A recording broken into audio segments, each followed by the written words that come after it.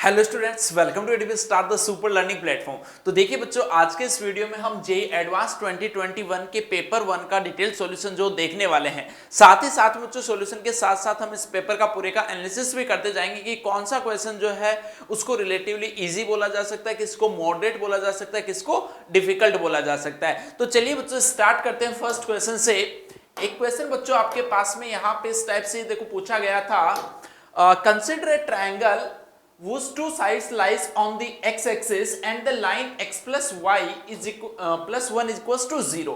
और यहाँ पे देखो आपको इस क्वेश्चन में क्या गिवन है, ट्रायंगल का ऑर्थो सेंटर गिवन है। Then you have to find the equation of the circle passing through the vertices of the triangle is. तो यहाँ पे देखो बच्चों एक बहुत ही प्यारा सा कॉन्सेप्ट जो वो आपको यूज करना है। कंडीशन देखो आपके पास में सिचुएशन जो किस टाइप की आ रही है, यहाँ पे ये कोई भी एक ट्रायंगल आपको गिवन था, लेटेस्ट से एक्स एक्सिस था तो इसको हमने कुछ बोल दिया y इज इक्वल्स टू 0। आपके पास में एक और साइड गिवन थी बच्चों x प्लस में y plus 1 is equals to 0। अब देखो यहाँ पे कौन से सर्कल की इक्वेशन जो है वो आपको फाइंड करनी है। एक ऐसा सर्कल जो कि इन तीनों वर्टिसेस से पास हो रहा हो, इसका मतलब यहाँ पे इसके सरकम सर्कल की इक्वेशन आपको फाइंड करनी है। साथ में इसका देखो यहाँ पे ऑर्थो सेंटर बच्चों आपको गिवन है h1,1। अब आपको एक प्रॉपर्टी यहां पे इस क्वेश्चन में बच्चों पता होनी चाहिए थी। प्रॉपर्टी आपके पास में क्या होती है, image of orthocentre with respect to any side of a triangle lies on the circumcircle of that triangle. तो सबसे पहले देखो 1,1 की एक्स एक्सिस के अबाउट अगर बच्चों इमेज लेते हैं तो वो इमेज आपके पास में क्या आ जाएगी, 1,-1। सिमिलर वे में एक और लाइन है यहाँ पे, इसके अबाउट भी देखो आप इमेज जो वो इजीली फाइंड कर सकते हो, x minus x1 divided by a, y minus y1 divided by b equals to minus 2 times of a x1 plus b y1 plus c upon a square plus c square। तो इसको देखो simplify करेंगे तो आपके पास में आ रहा -3, यानी x is equals to -2 and y also -2। तो एक और पॉइंट मिल गया आपको बच्चों -2, -2। अब देखो किसी भी एक सर्कल की अगर आपको इक्वेशन लिखनी है तो सर्कल पे लाई करने वाले कोई भी 3 पॉइंट आपको नॉन होने चाहिए। अब 2 पॉइंट बच्चों आपने फाइंड कर लिए, तीसरा पॉइंट कहां से फाइंड करो, तीसरा पॉइंट फाइंड करना बेहद आसान है। इन दोनों लाइंस का इंटरसेक्शन पॉइंट भी तो सर्कल पे लाई करेगा। तो चलिए यहां पे देखो y इक्वल्स टू 0 डालें तो ये पॉइंट आ गया -1,0। तो अब इसका मतलब देखो यहां से आपके पास में 3 पॉइंट्स आ गए बच्चों।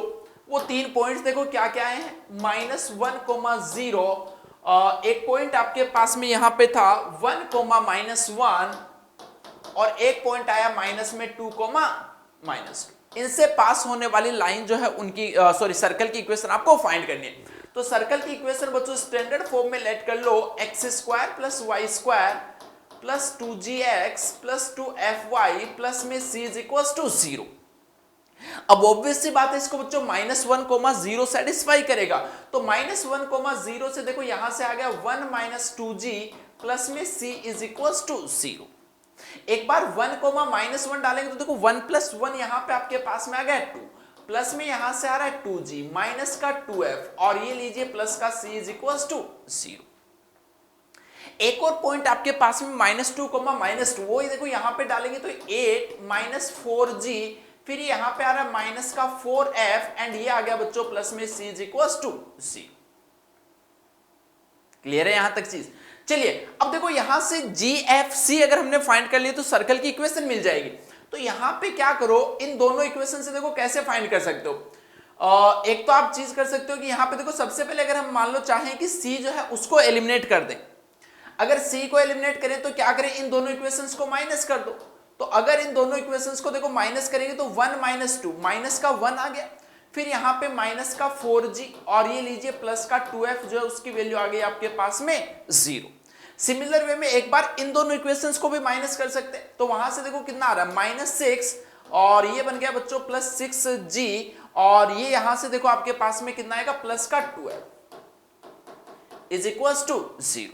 अब आपको यहां पे देखो दो इक्वेशन में g और f दो ही अननोन है, दोनों इक्वेशन को बच्चों फिर से सब्ट्रैक्ट कर दो तो ये देखो आ रहा है 5 और ये यहां से आपके पास में आ गया 5 - 10g इज इक्वल्स टू 0। तो यहां से 2g जो है उसकी वैल्यू आ गई बच्चों आपके पास में कितनी, 1। क्लियर है फंडा। यहां से 2g जो उसकी वैल्यू 1 आ गई, तो देखो 2g की वैल्यू अगर यहां पे 1 डाल दे तो c मिल गया आपको। c की वैल्यू कितनी आ रही है 0। चलिए g मिल गया, f मिल गया, तो अब c फाइंड करना आसान है, किसी भी इक्वेशन में डाल दो। यहां पे डालें तो 2 + 1 - 2f = 0। तो यहां से बेटा 2f जो उसकी वैल्यू आपके पास में देखो कितनी आ रही है 3। ये सारी वैल्यू जो उठा के यहां पे डाल दो तो देखो इक्वेशन मिल रही है x² + y² प्लस x और ये प्लस में 3y = 0। ये आपके पास में क्या आएगी बच्चों, रिक्वायर्ड सर्कल जो उसकी इक्वेशन आएगी। तो चेक कर लीजिए कि ऐसा किस इक्वेशन में आपके पास में गिवन है x² + y² plus x plus 3y = 0 is our required answer. तो ऑप्शन बी जो इसका करेक्ट आंसर हो जाएगा।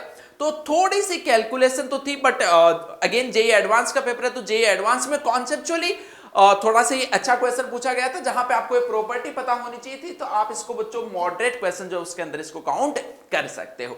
चलिए फिर अगला क्वेश्चन देखते हैं। यहां पे देखो बच्चों इस क्वेश्चन में क्या बोला गया, the area of the region curve this this this and this. 4 curve बच्चों आपके पास में यहां पे गिवन है। तो सबसे पहले देखो आपको सिचुएशन जो समझनी पड़ेगी, कर्व जो है उसको ड्रॉ करना पड़ेगा और देखना पड़ेगा कि कौन सा एरिया जो फाइंड करवाना चाह रहा है।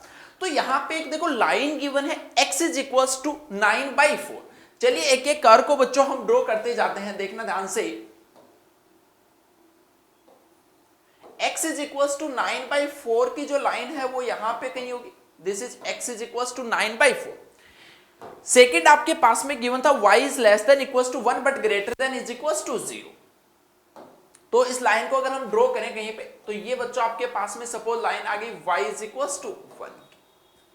एक बार हम सारे कर्व ड्रॉ करेंगे, उसके बाद में चेक करेंगे कि कौन सा एरिया जो फाइंड करवाना चाह रहा है। अगला है बच्चों x > 3y, यानी बेसिकली आपके पास में x = 3y की लाइन जो बच्चों ड्रॉ करनी है, x = 3y। ये पॉइंट आप इजीली देख पा रहे हो, 9/4, 1 आपके पास में ये पॉइंट आ गया। अब देखो x = 3y की जो लाइन है उसको ड्रॉ करना भी आपके लिए काफी आसान है। ये लीजिए यहां से देखो ओरिजिन से पास होती हुई एक लाइन, ये आपके पास आ गई x = 3। ठीक है बच्चों, एक और देखो आपके पास में क्या गिवन थी, x + y = 2, x प्लस में y = 2। ये वाली लाइन आपके पास में गिवन है। तो इधर 0,2 से ये आपके पास में होगी, 0,2 यहां पे कहीं एक पॉइंट है, 0,2 से पास होगी और इधर आपके पास में 2,0 से पास होगी। तो 2,0 यहां पे है। तो ये लाइन जो बच्चों इसको अगर हम ड्रॉ करें तो वो लाइन आपके पास में इस टाइप से ये आपके पास कुछ बन जा रही है। अब आपको देखो चेक क्या करना है कि रिक्वायर्ड एरिया जो है वो कौन सा है, वो अपने को बच्चों फाइंड करना है। तो एक एक करके देखते जाना। यहां पे बोला है कि x जो 9/4 से छोटा होना चाहिए और 0 से बड़ा होना चाहिए। इसका मतलब बच्चों ये 9/4 वाली जो लाइन थी इसके इस साइड वाले एरिया की ये बात कर रहा है। अगले में इसने बोला था y < 1, यानी y जो है उसकी वैल्यू 1 से कम होगी, यानी इस लाइन के नीचे वाला पार्ट जो वो आपके पास में लाई करेगा। अगला उसने देखो क्या बोला था, x is greater than equals to 3y। तो बच्चों क्लियरली यहां से नजर आ रहा है कि x is greater than equals to 3y आपके पास में कौन से वाला रीजन होगा, यहां से ये वाला रीजन होगा।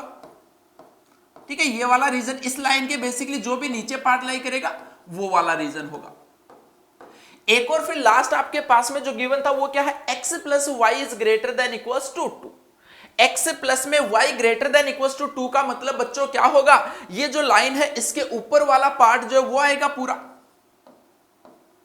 तो ये आपने देखा कि कौन कौन से पार्ट जो है वो बच्चों इसके अंदर आपके पास में इंक्लूड हो रहे हैं।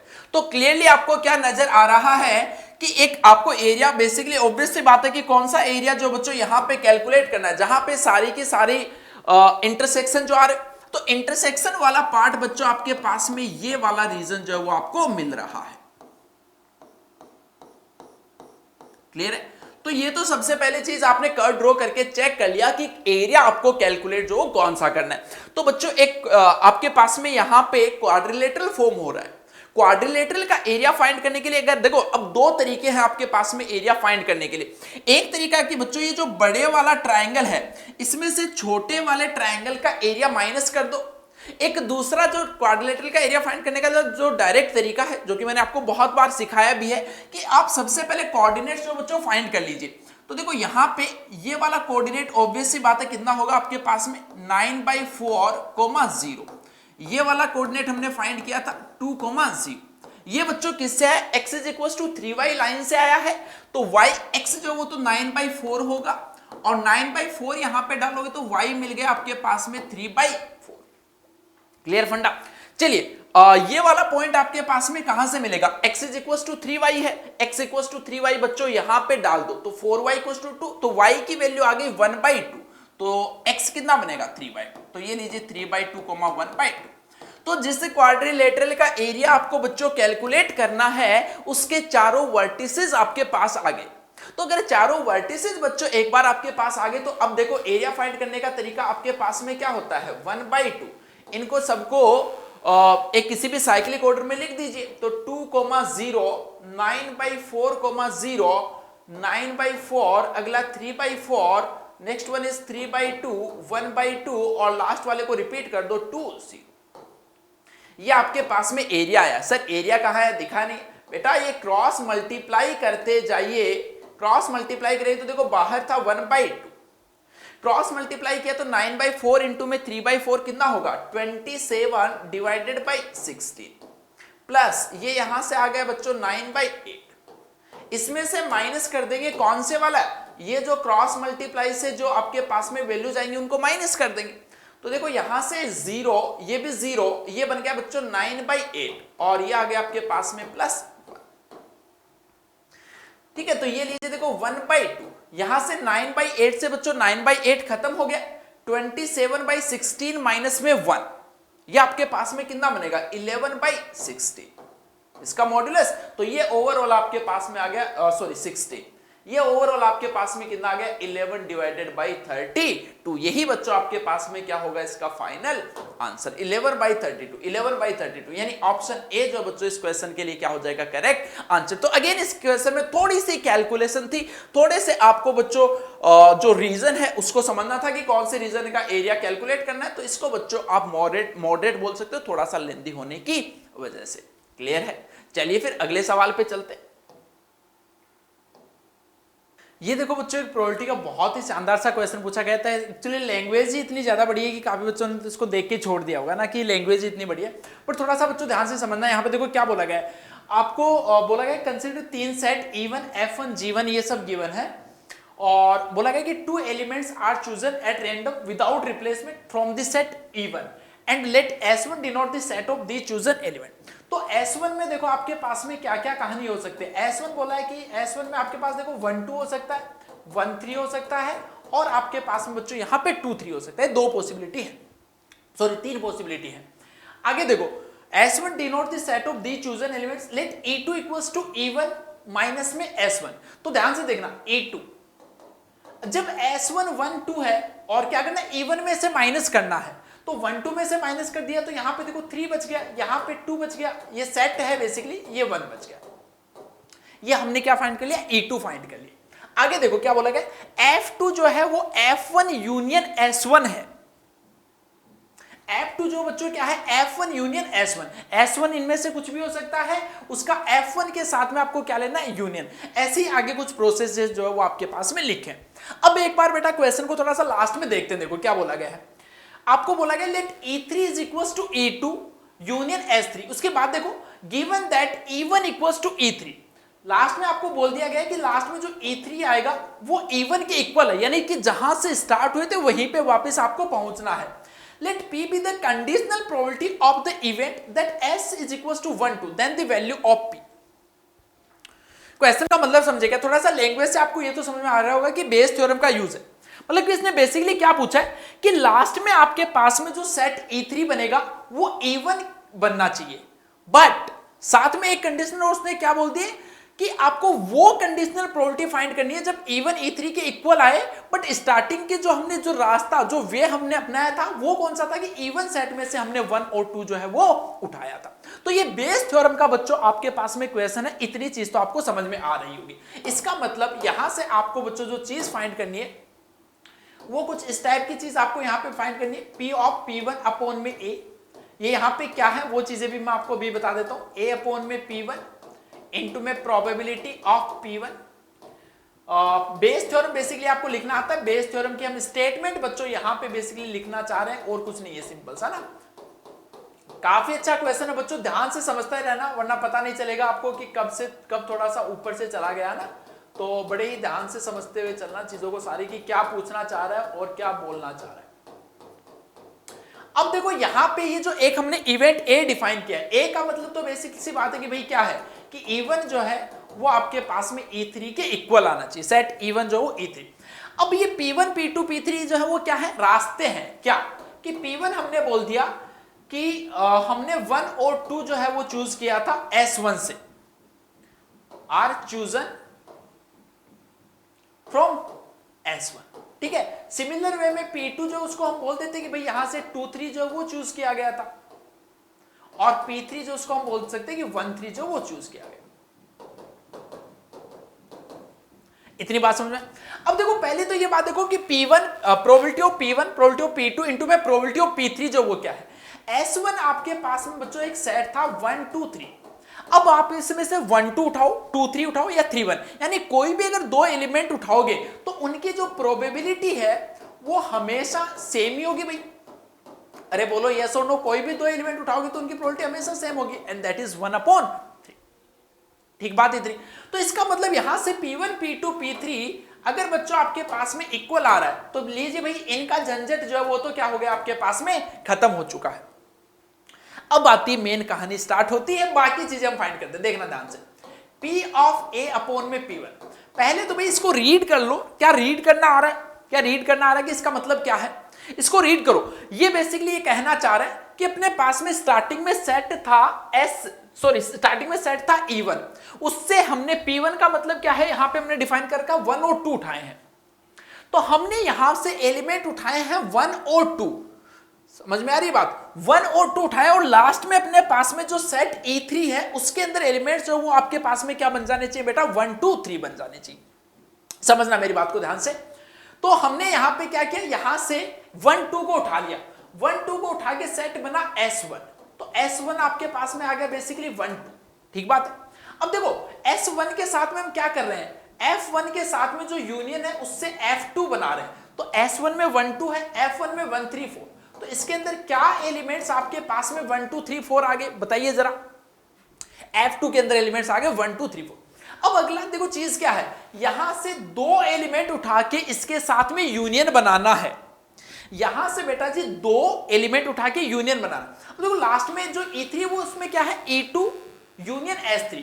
अब यहां पे E2 देखो फर्स्ट केस में क्या होगा, E1 में से हमने यहां पे फर्स्ट केस में कितना रहा 3, तो इसका मतलब E2 यूनियन S3 जब हम करेंगे तो E2 अपने पास में 3 तो ऑलरेडी पड़ा, अपने को क्या चाहिए 1 2 चाहिए। तो अब देखो 1 2 कब आएगा, यहां पे 2 3 4 5 ऑलरेडी है, समझना बेटा ध्यान से। अब अपने को इसके साथ में क्या लेना था, यूनियन लेना था। किसका, यहां से जो दो एलिमेंट निकालेंगे, यहां से जो दो एलिमेंट निकाल के इसके साथ में यूनियन लेंगे उसमें हमेशा क्या मौजूद होना चाहिए ये बता दो मेरे को। तो 1 2 मौजूद होना चाहिए क्योंकि 3 आपके पास में ऑलरेडी यहां पे रखा हुआ है, तो सेम E1 लाने के लिए आपको 1 2 और चाहिए। अब ध्यान से समझना। तो इसका मतलब यहां से 2 तो यहां पे ऑलरेडी, अपने को इसका मतलब सिर्फ किससे 1 आना चाहिए। तो अब यहां से दो एलिमेंट उठाने हैं, तो बेटा दो एलिमेंट उठाने के तरीके तो आपको पता है कि 4 में से दो एलिमेंट उठाने के तरीके होते हैं 4 C2, बट हमने क्या बोला उनमें 1 आना ही आना चाहिए। तो 1 कैसे आ सकता है, 1 2 उठा लो, 1 3 उठा लो, 1 4, 3 तरीके। तो 3/4 C2, यानी यहां से उठ के अब एलिमेंट इसके साथ आ गए। जब मैंने बोला कि इसमें अब 1 तो आ ही चुका क्योंकि हमने यहां से 1 उठाए, तो अब इसमें एलिमेंट जो G1 है इसके अंदर बन गए हैं 1 2 3 4 5। G1 के अंदर नहीं, बेसिकली ये जो G2 है जिसके अंदर G1 और S2 का यूनियन था। अब एलिमेंट बेटा 1 2 3 4 5 है। अब इनमें से कोई भी दो एलिमेंट उठा के वापस से अपने को कहां पे चलना है कि एलिमेंट 1 और 2 जो है वो इसके अंदर अपने पास में आने चाहिए। तो अब तो देखो 5 है, 5 में से बच्चों कोई भी आपके पास में दो एलिमेंट आप उठा लीजिए, टोटल वेस्ट तो ये हो गए। अपने को क्या चाहिए, 1 2 चाहिए, अपने पास में 3 ऑलरेडी था, अपने को 1 2 चाहिए। तो 1 2 तो भाई एक ही तरीके से उठा सकते हैं, तो ये लीजिए 1, तो ये आपके पास आ गया 1/10। तो ये आपके पास में देखो कितना हो गया बेटा 3/6 इंटू में 1/10, 3/6 इंटू में 1/10, यानी ये आ गया आपके पास में 1/20। आई बात समझ? चलिए, थोड़ा सा बच्चों डिफिकल्ट है, थोड़ा सा दिमाग को खोल के रखना, दिमाग को अच्छे से शांत रख के सोचना। फिर से P अपॉन में A upon P of A upon में P2, इसका मतलब क्या है कि भाई आपके पास में लास्ट में 1 2 3 आना चाहिए, बट कब? जब हमने स्टार्टिंग में जो एलिमेंट, जो सेट S1 था उसके अंदर एलिमेंट बेटा क्या लिए? 2 3 लिए। स्टार्टिंग से यहां से चले हम, तो अब हमने क्या लिया कि इसके अंदर एलिमेंट 2 3 लिए। तो ध्यान से देखो, मैं यहीं पे कर दूं, यहीं पे चेंज कर दूं, ये लीजिए, इसमें मान लो कि मैंने चलो यहां पे ले लिया 2 और 3 मैंने ले लिए। अब आपके पास में 2 और 3 ले लिया, तो F1 में बेटा कितना बन गया? सॉरी, ये जो अपने पास में F2 बना था ये कितना बन गया? ये आपके पास में आ गया 1 2 3 4। ये आपके पास में क्या आ चुका? 1 2 3 4 आ चुका है। अब देखो, जब ये आपके पास में 1 2 3, यहां से 2 3 हमने उठाया था। अच्छा, एक चीज और ये देख लो, 2 3 जगह अगर हमने उठाया है S1 के अंदर, S1 के अंदर अगर बेटा 2 3 है, तो A2 जो वो कितना आ गया? 1, यानी ऑलरेडी आपके पास में 1 जो है वो तो पड़ा ही है। 2 3 वाले को बोला ना हमने P2, चेक कर लो एक बार। यस, तो इसका मतलब 1 तो अपने पास में ऑलरेडी पड़ा ही है। तो जो यहां से फाइनली आपके पास में दो एलिमेंट उठ के आएंगे वो 2 और 3 आना चाहिए। ये बात समझ में आ रही? तो यहां से फाइनली जो हम इसके अंदर J2 आएगा, वहां से उठ के एलिमेंट 2 और 3 आपके पास आना चाहिए। चलिए, तो F2 अंदर बेटा यहां पे 2 3 आ गया। अब देखो, अब यहां पे इसमें थोड़ा सा ज्यादा दिमाग लगाना है बेटा, इसमें थोड़ा सा ज्यादा दिमाग लगाना है। ये क्या था? P ऑफ हम A अपॉन में P2 फाइंड कर रहे हैं, तो इसमें थोड़ा सा ज्यादा दिमाग लगाना है। कैसे लगाना है सोचो, फिर से सोचना थोड़ा सा, कि यहां पे अपने पास में 1 2 3 4 ऑलरेडी आ चुका है, यहां पे 2 3 4 5 है। अपने को तो वहां पे कौन चाहिए भाई? 2 और 3 ही चाहिए अपने को। तो हम यहां पे क्या करें? 2 3 तो ऑलरेडी है, तो इसमें से पहले तो जो दो एलिमेंट आपको सेलेक्ट करने थे वो हमने ऐसा बोल दिया कि भाई कोई भी दो जो है वो तो आप सेलेक्ट कर लीजिए। सपोज हमने ऐसा बोला कि जो 2 3 4 है, वो मान लो कि हमने ऐसा बोल दिया कि दोनों के दोनों 2 3 जो वो भी उसके अंदर आ रहे हैं। बेसिकली यहां पे हमने एक बार ऐसा बोल दिया कि 1 जो उसको हम सेलेक्ट नहीं कर रहे। ठीक बात है? इन तीनों में से कोई दो एलिमेंट को सेलेक्ट हम कर रहे हैं, तो 3C2 अपॉन में 4C2 आ जाएगा फिर से। तो 3C2 अपॉन में 4C2, 3C2 अपॉन में 4C2 कब आया? जब हमने F2 में से जो दो एलिमेंट है वो 2 3 4 में से सेलेक्ट किए। ठीक है बेटा जी? तो 2 3 4 जब यहां पे इसके साथ में यूनियन आएंगे, तो अगेन G2 जो उसके अंदर क्या बनेगा? 2 3 4 5 ये बनेगा। अपने को तो देखो वहां पे कितने 2 और 3 चाहिए था, तो 2 और 3 का एक उठाने का तो तरीका एक ही है, और टोटल आपके पास में 4 एलिमेंट में से कितने उठाने थे? प्लस एक झमेला इसके अंदर और रह गया। यहां से मान लो मैंने क्या बोल दिया था कि इनमें से ही दोनों एलिमेंट जो उठ जाते। अब मैं बोल रहा हूं कि एक एलिमेंट बेटा 1 उठता, बाकी दूसरा एलिमेंट जो इसमें से उठता, तो एक एलिमेंट 1 उठना है, दूसरा इन तीनों में से कोई भी उठा लो, तो उसके तरीके कितने हो गए? 3C1। टोटल तो 4 में से 2 चुनने हैं।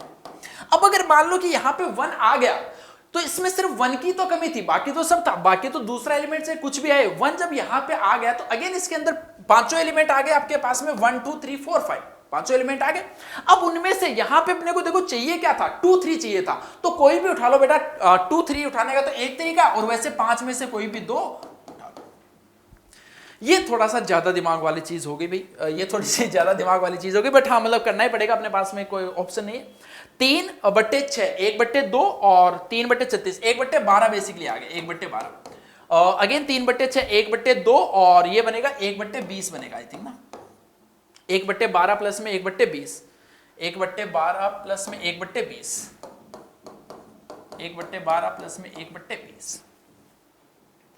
ठीक है, तो इसको भी थोड़ा सिंप्लीफाई करके लिख देंगे। ये 60 आएगा और ऊपर आएगा 5 + 3 यानी 8/60, 8/60।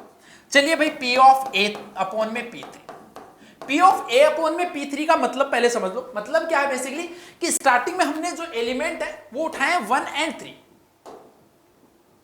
स्टार्टिंग में बेटा जो हमने एलिमेंट उठाए वो क्या उठाए? 1 और 3 उठाए। तो 1 और 3 का तो सेम, 1 और 3 अगर देखो यहां पे उठा लिए, तो S1 में 1 3 और ये हटा लिया, तो इसका 2 ऑलरेडी है। तो अब वापस से वहां से उठा के अपने को क्या डालना है? 1 3 डालना है। ठीक बात है? तो इसका मतलब ये तो बिल्कुल सेम वैसा ही केस हो गया कि भाई यहां से अपन ने 1 3 उठा लिया है, तो ये इसके साथ में मिलके क्या बन गया? 1 3 4 मिल गया। F2 जो आ गया आपका, वो आपके पास में आ गया 1 3 4। अब 134 में से आपको 2 एलिमेंट उठा के यहां पे डालने हैं और लास्ट में 1 आपको चाहिए, तो इसका मतलब जो 2 एलिमेंट यहां से उठाने हैं उनमें एक तो 1 आना चाहिए, बोलो यस और नो। तो ये लीजिए 1 और नीचे जो 3 है उनमें से कोई भी 2 उठा लो टोटल के लिए, तो ये आ गया 3C2। अच्छा ऊपर आएगा 2, 1 3 उठा सकते हैं, 1 4 2 केस आपके पास है।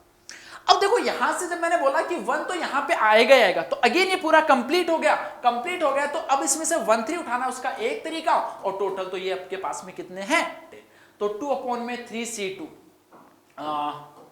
2/30 आ गए, 2/30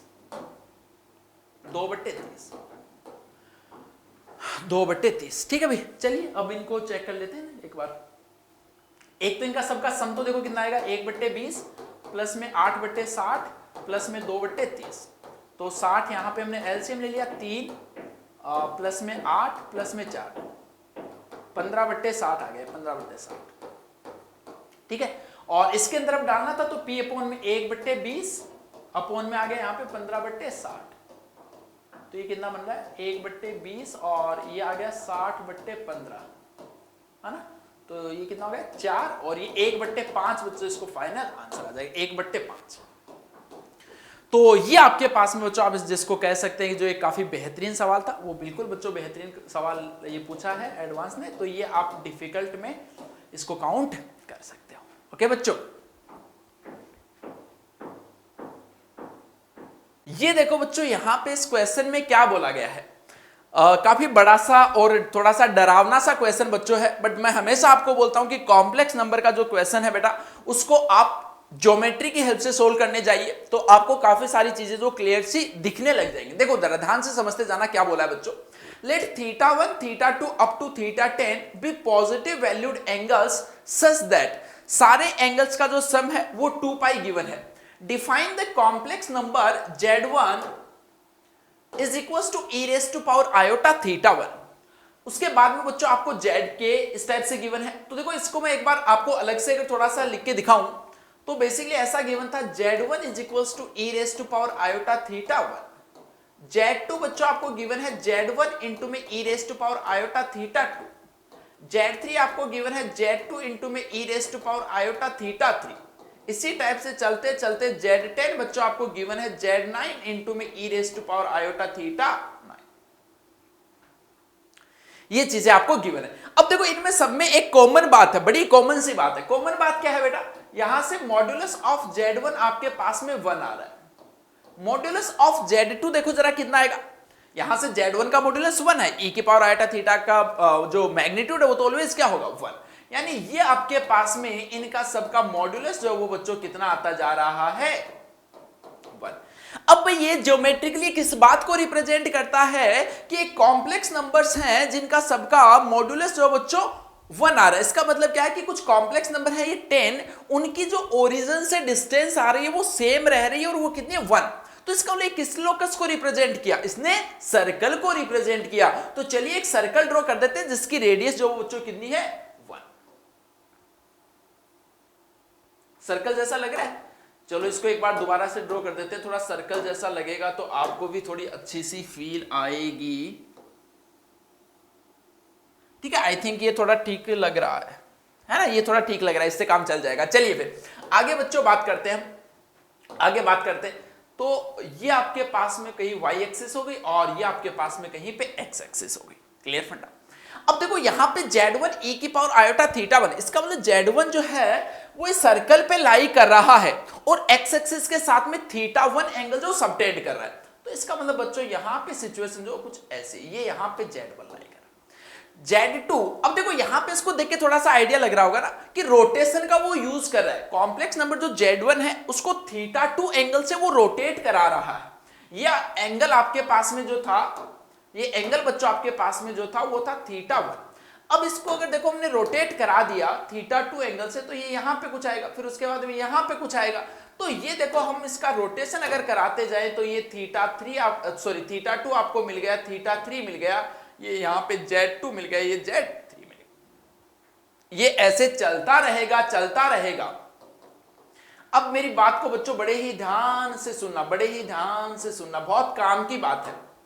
अब अपने को चेक करना है कि Z10 जो है वो कहां पे लाई करेगा, वो सबसे। तो एक चीज तो देखो आपके पास में क्या है, Z10 को अगर मान लो कि मैंने यहां पे बोल दिया कि यहां पे कहीं पे Z10 है, तो ये एंगल जो है वो आपके पास में कितना होगा, सॉरी ये लास्ट में एंगल जो था वो θ10 था, θ10, इसका मतलब θ10 होगा ये एंगल।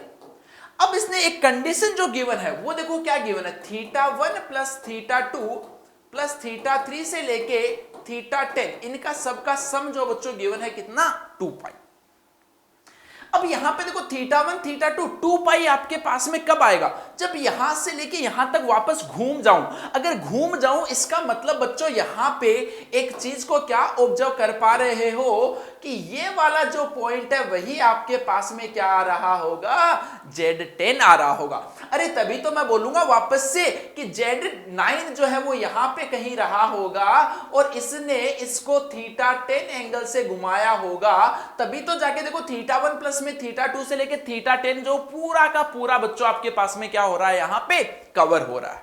ठीक है, तो ये तो सबसे पहले ज्योमेट्रिकली बात हो गई कि जो वो Z1 Z2 Z3 जो अपने को दिखाना चाह रहा है वो किस चीज को रिप्रेजेंट करेंगे। आई होप कि बच्चों इसमें आपको कोई प्रॉब्लम किसी भी टाइप की नहीं होगी। चलिए इससे आगे फिर हम थोड़ी सी और बात करते हैं कि आगे क्या कहना चाह रहा है। आपको एक स्टेटमेंट बच्चों P गिवन है जिसमें बोला गया mod of Z2 minus Z1 Z3 minus में Z2।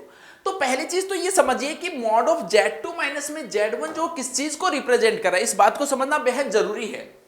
तो चलिए चेक कर लेते हैं भाई ये किस बात को रिप्रेजेंट कर रहा है, किस बात को रिप्रेजेंट कर रहा है, इस चीज को हम चेक कर लेते हैं ना। तो ऑब्वियस सी बात है भाई Z1 माइनस में Z2 जो वो Z1 और Z2 की डिस्टेंस को रिप्रेजेंट करता है, यानी ये डिस्टेंस, फिर उसके बाद में ये वाली डिस्टेंस, इधर से Z9 माइनस में Z10 ये वाली डिस्टेंस, ये वाली डिस्टेंस, ये सारी डिस्टेंस को रिप्रेजेंट कर रहा है।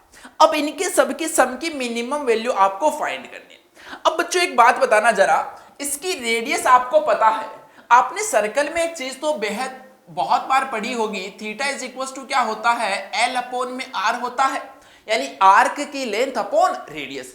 रेडियस इसकी 1 है तो थीटा इज इक्वल टू बच्चों आपके पास में आ गया आर्क की लेंथ के। तो अगर देखना मेरी बात को बड़े ध्यान से सुनना, अगर ये जो Z1 से Z2 वाली जो आर्क है, जैसे कि मैं ये बोलूं कि Z1 से Z2 वाली जो आर्क है, आर्क का मतलब ये हो गया इसकी लेंथ आपके पास में क्या होगी, इसकी लेंथ आपके पास में थीटा, और थीटा कितना है यहां पे, θ1। अब एक बात बताइए बच्चों, ये जो Z1 और Z2 के बीच की जो स्ट्रेट जो डायरेक्ट डिस्टेंस आपके पास में है वो हमेशा इस आर्क जो है वो उससे तो कम ही होगी। अरे भाई अगर इस टाइप की सिचुएशन है तो यहां पे जो आर्क की लेंथ है उससे तो ये लाइन सेगमेंट जो उसकी लेंथ कम होगी ना। अरे बोलो भाई होगी कि नहीं होगी, होगी। तो इसका मतलब क्या मैं ऐसा बोल सकता हूं कि Z1 माइनस में Z2 जो है वो always less than equal to होगा किसके, θ1 के। अरे बोलो भाई ये बात आपको समझ में आ गई क्या, ये इक्वल कब होगा, जब θ1 और सॉरी जो θ1 है बेसिकली, सॉरी ये किसके इक्वल आ रहा था, Z1 माइनस θ2 के इक्वल आ रहा है, इसको θ1 θ2 बोलते थे, θ2। ये इक्वल कब होगा, जब यहां पे एंगल जो बहुत छोटा हो जाएगा और जब हम डिफरेंशिएट नहीं कर पाएंगे कि वो लाइन सेगमेंट है या फिर आर्क है, उस केस में वो क्या हो जाएगा, इक्वल।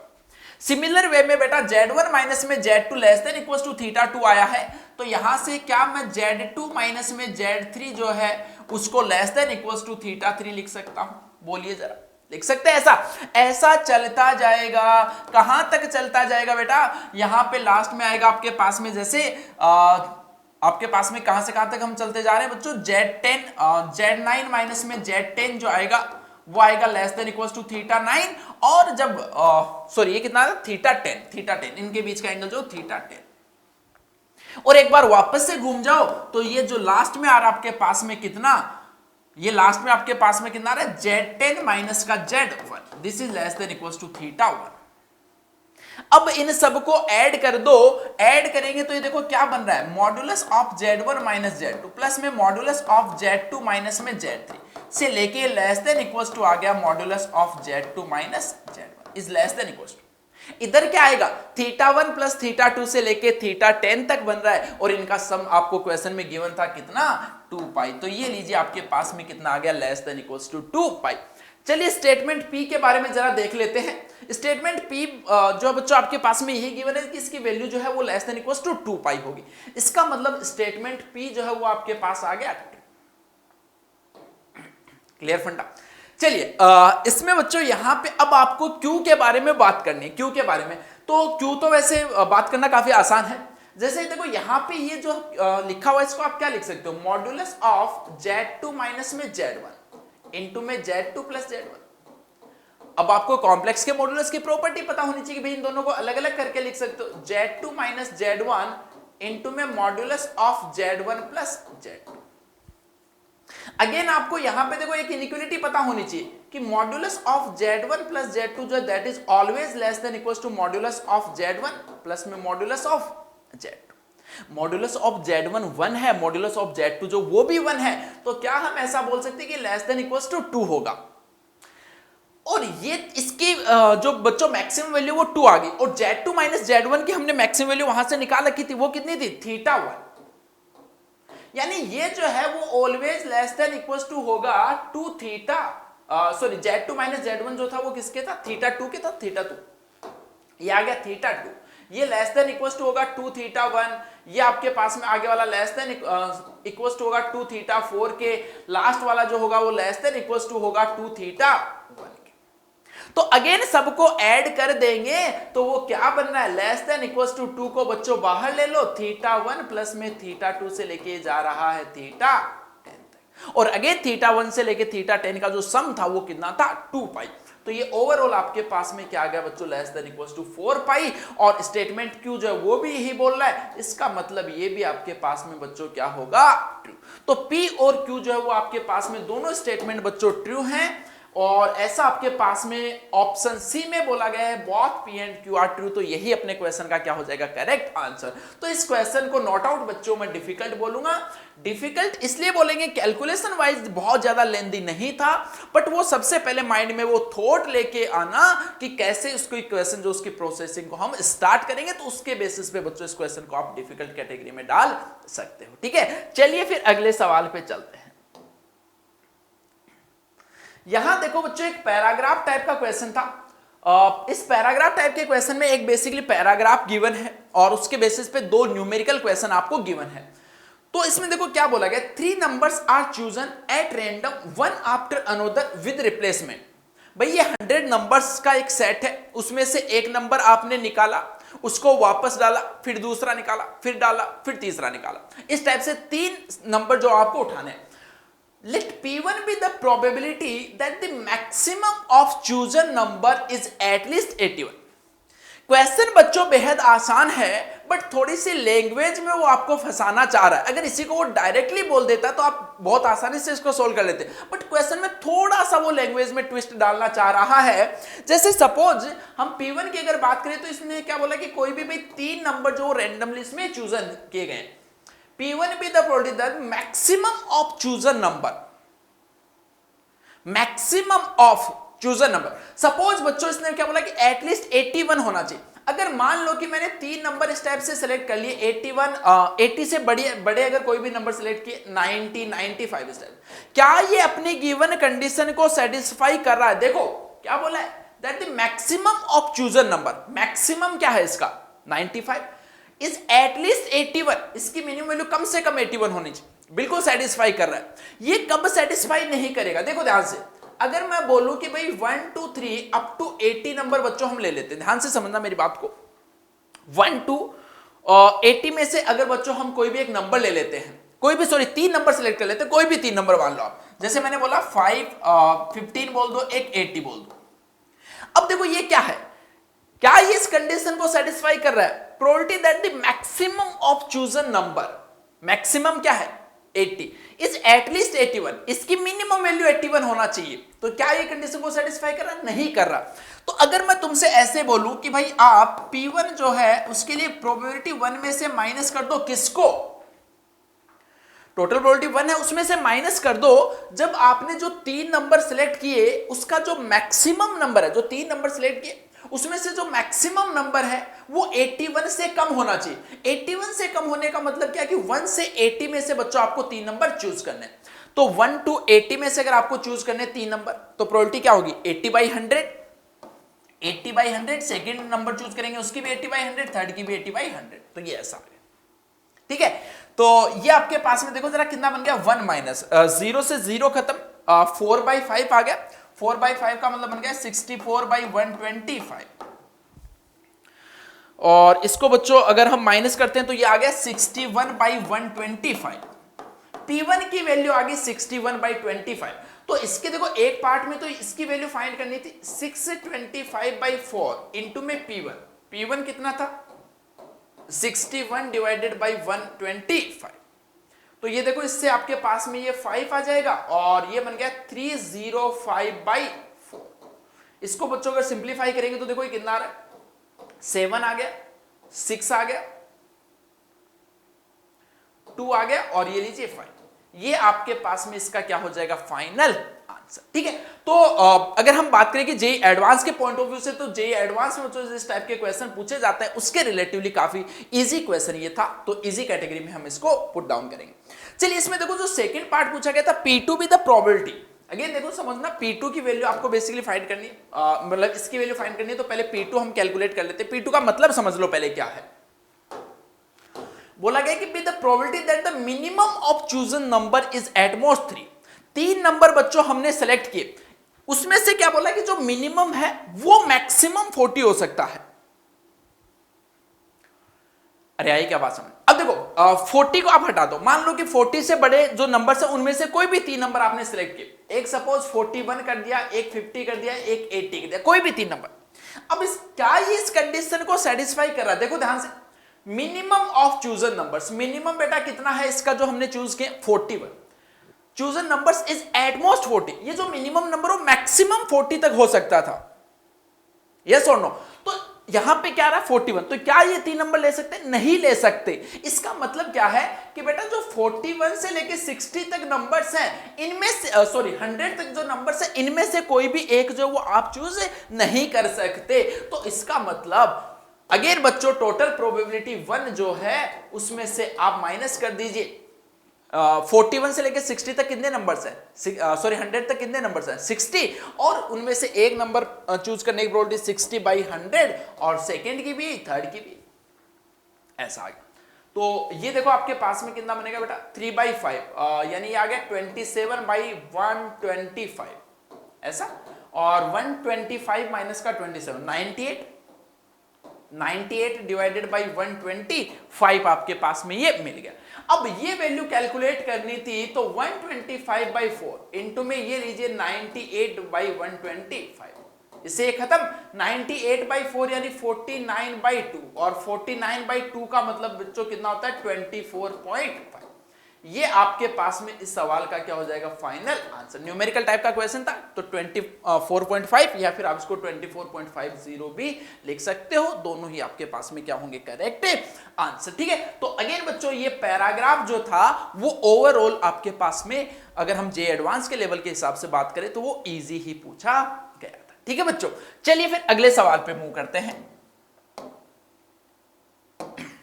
देखो जरा यहां पे क्या बोला गया है, एक और नेक्स्ट पैराग्राफ है, यहां बोला गया alpha beta gamma be the real number such that system of linear equation this is consistent.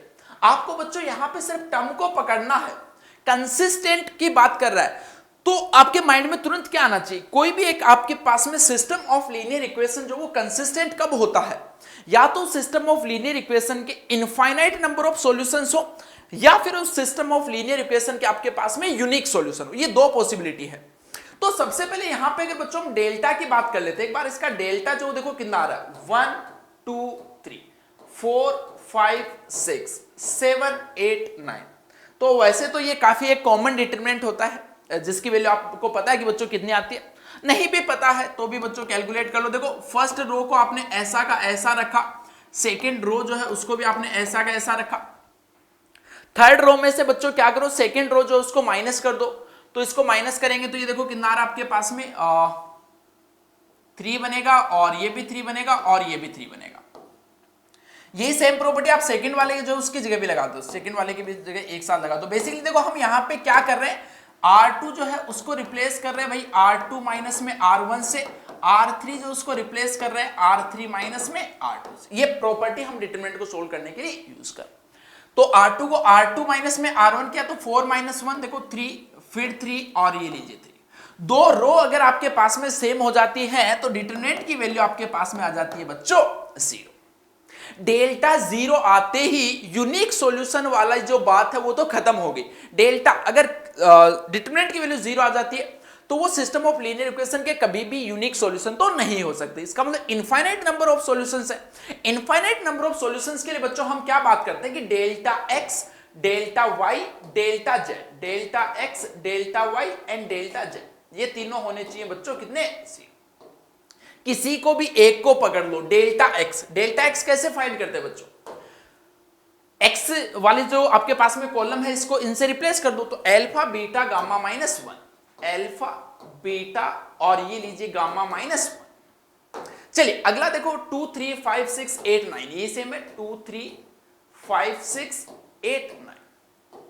इसकी वैल्यू जो वो भी कितनी आनी चाहिए आपके पास में 0 आनी चाहिए। चलिए इस डिटरमिनेंट को सोल्व कर देते हैं। देखो ये बनेगा बच्चों यहां से अल्फा इंटू में 45 माइनस में 48 दैट इज -3, फिर माइनस में यहां पे बीटा ले लो। फर्स्ट कॉलम के अबाउट हम इसको एक्सपेंड कर रहे हैं तो 9 इंटू 2 18, 18 माइनस 24 दैट इज -6, फिर प्लस में गामा -1 और ये आपके पास में आएगा देखो 12 माइनस में 15 दैट इज -3। -3 से इसको डिवाइड कर दो तो ये देखो अल्फा और -3 से देखो अगर इसको डिवाइड करेंगे तो आएगा माइनस का 2 बीटा और यहां पे आपके पास में आ गया प्लस में गामा -1 इज इक्वल्स टू 0। यानी एक रिलेशन आ गया अल्फा बीटा गामा में that is alpha minus 2 beta plus में गामा इज इक्वल्स टू 1। ये रिलेशन ये तो हमने फाइंड कर दिया कि अगर इस कंडीशन को सेटिस्फाई करेगा तब आपके पास में जो given system of linear equation है वो बेटा कैसा आएगा? कंसिस्टेंट आएगा। अब देखो आगे बात करते हैं। इसने क्या बोला? m represent the determinant of the matrix this. इस डिटरमिनेंट का इस मैट्रिक्स का डिटरमिनेंट आपको कैलकुलेट करना है, ठीक है, फर्स्ट इसके पैराग्राफ के फर्स्ट पार्ट में। तो देखो डिटरमिनेंट ऑफ m जो वो यहां से कितना आ रहा है इसको सोल्व कर सकते हैं इजीली। किसी भी फर्स्ट कॉलम के अबाउट कर लो तो देखो अल्फा इंटू में 1 यानी अल्फा, फिर माइनस में बीटा और इसको करेंगे तो ये 2 आ गया यानी अल्फा माइनस का 2 बीटा और फिर लास्ट में -1 करेंगे तो ये बन गया प्लस का गामा। ये आपके पास में डिटरमिनेंट m आ गया अल्फा माइनस में 2 बीटा प्लस गामा। पैराग्राफ के फर्स्ट क्वेश्चन में बच्चों आपको यही फाइंड करना था अल्फा माइनस में 2 बीटा प्लस गामा की वैल्यू क्या होगी और यहां से देखो हमने फाइंड कर रखी है तो ये आपके पास में कितनी आ जाएगी बच्चों? ये इसका क्या हो गया? आसान सा आंसर आ गया। अगेन चलिए इसी का देखो जो सेकंड पार्ट था उसके अंदर जो क्वेश्चन आपको पूछा गया है बेसिकली उसके लिए एक और लाइन देखो क्या गिवन है। Let P be the plane containing all those alpha beta gamma। आपको बच्चों एक ऐसे प्लेन के बारे में बात कर रहा है, एक ऐसे प्लेन के बारे में बात कर रहा है जिसपे अल्फा बीटा गामा जो वो तीनों के तीनों लाई करें यानी अल्फा बीटा गामा की हर एक वैल्यू के लिए उस प्लेन को क्या करें? सेटिस्फाई करें। तो सिंपली यहां पे x y z डाल दो अल्फा बीटा गामा को तो क्या मिल जाएगा? प्लेन। तो प्लेन की इक्वेशन देखो आपके पास में क्या आ गई? x माइनस का 2y प्लस में z is equal to 1। The value of d आपको देखो इस क्वेश्चन में पूछा था और d क्या है? d be the square of the distance of the point 0, 1, 0 from plane। Point है बच्चों 0, 1, 0 और d जो है वो क्या है? इस पॉइंट की इस प्लेन से जो डिस्टेंस है उसका स्क्वायर है। तो चलिए पहले तो बच्चों हम डिस्टेंस फाइंड कर लेते हैं। देखो डिस्टेंस आपके पास में क्या होगी? एक प्लेन से एक पॉइंट की प्लेन से डिस्टेंस फाइंड करना इजीली जानते हो बच्चों। ax1 plus by1 plus c और अपॉन में क्या आ जाएगा आपके पास में? Under root of a square plus में b square plus c square.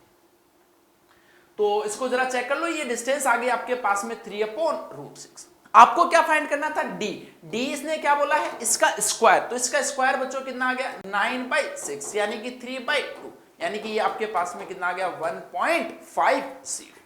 तो ये लीजिए आपके पास में 1.50। ये जो गिवन क्वेश्चन था बच्चों, इसका आपके पास में क्या आ जाएगा करेक्ट आंसर। तो अगेन बच्चों ये एक पैराग्राफ था, और इस पैराग्राफ में ऐसा भी नहीं कि कोई बहुत ज्यादा लेंथी कैलकुलेशन जो थी वो भी नहीं थी, कॉन्सेप्ट भी कोई बहुत ज्यादा डिफिकल्ट नहीं था।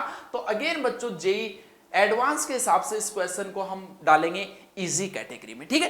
तो पैराग्राफ अभी तक बच्चों हमने जो दो देखे हैं वो दोनों ही पैराग्राफ इजी थे। तो पैराग्राफ टाइप के क्वेश्चन को हमने जे एडवांस के एग्जाम से पहले भी बोला था कि बेटा आप पैराग्राफ टाइप के क्वेश्चन को पहले टारगेट जो कर सकते हो, क्योंकि जनरली ऐसा पूछा गया, ऐसा जरूरी नहीं कि होता ही, बट हाँ जनरली ऐसा पूछा गया कि पैराग्राफ जो रिलेटिवली थोड़े से आसान होते हैं, ठीक है।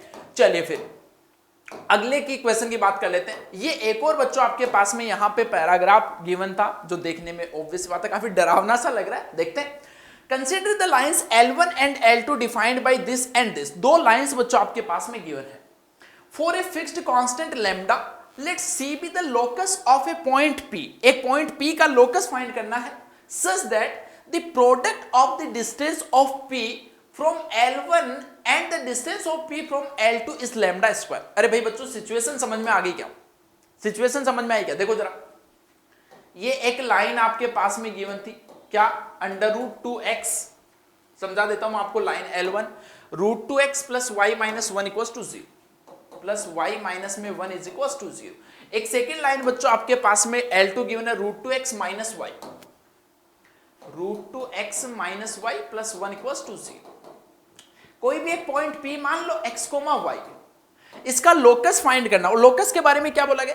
इस पॉइंट की इस लाइन से परपेंडिकुलर डिस्टेंस और इस लाइन से परपेंडिकुलर डिस्टेंस का प्रोडक्ट जो है वो लैम्डा है या लैम्डा स्क्वायर है। क्या बोला गया? लैम्डा स्क्वायर है, लैम्डा स्क्वायर है, ठीक है भाई। स्टार्ट हो जाए। चलिए x, y की इससे परपेंडिकुलर डिस्टेंस क्या होगी? √2x plus y minus 1 divided by √5। Second वाले से बच्चों फाइंड करेंगे तो √2x minus y plus 1 divided by √5। Product जो आपको गिवन है कितना क्वेश्चन के अंदर? Lambda square. क्लियर फंडा? चलिए अब देखो यहां पे ये √5 नहीं आएगा ना, ये थोड़ा सा गड़बड़ कर दिया हमने कैलकुलेशन में। √a² प्लस में b² होता ना, √a² प्लस में b², तो 2 + 1 3, √3 आएगा बेटा, √3। चलिए देखो यहां पे a प्लस में b इंटू a माइनस में b लिखा हुआ है, तो √2x इंटू में √2x क्या बनेगा? 2x², और ये आ गया बच्चों y माइनस 1 का whole square is equals to, ये आपके पास में कितना बन जा रहा है? 3 टाइम्स ऑफ लैम्डा स्क्वायर। ये आपके पास में जो कर्व C जो लोकस बोला गया था इसने, वो कर्व बच्चों आ चुका है क्वेश्चन में, ठीक है। आगे क्वेश्चन को रीड करते हैं। The line y equals to 2x plus 1। एक लाइन की बात कर रहा है बच्चों, y is equals to 2x plus 1 meet C at 2 point R and S। C curve बच्चों आपके पास में आ गया ये इस टाइप से। ये कर्व जो वो किसी भी टाइप का, इस टाइप का मान लो कि कोई एक कर्व है, ये लाइन है आपके पास में जो कि इसको 2 पॉइंट पे इंटरसेक्ट कर रही है R एंड S। इसको आप कुछ बोल दीजिए भाई x1, y1, इसको आप कुछ बोल दीजिए x2, y2।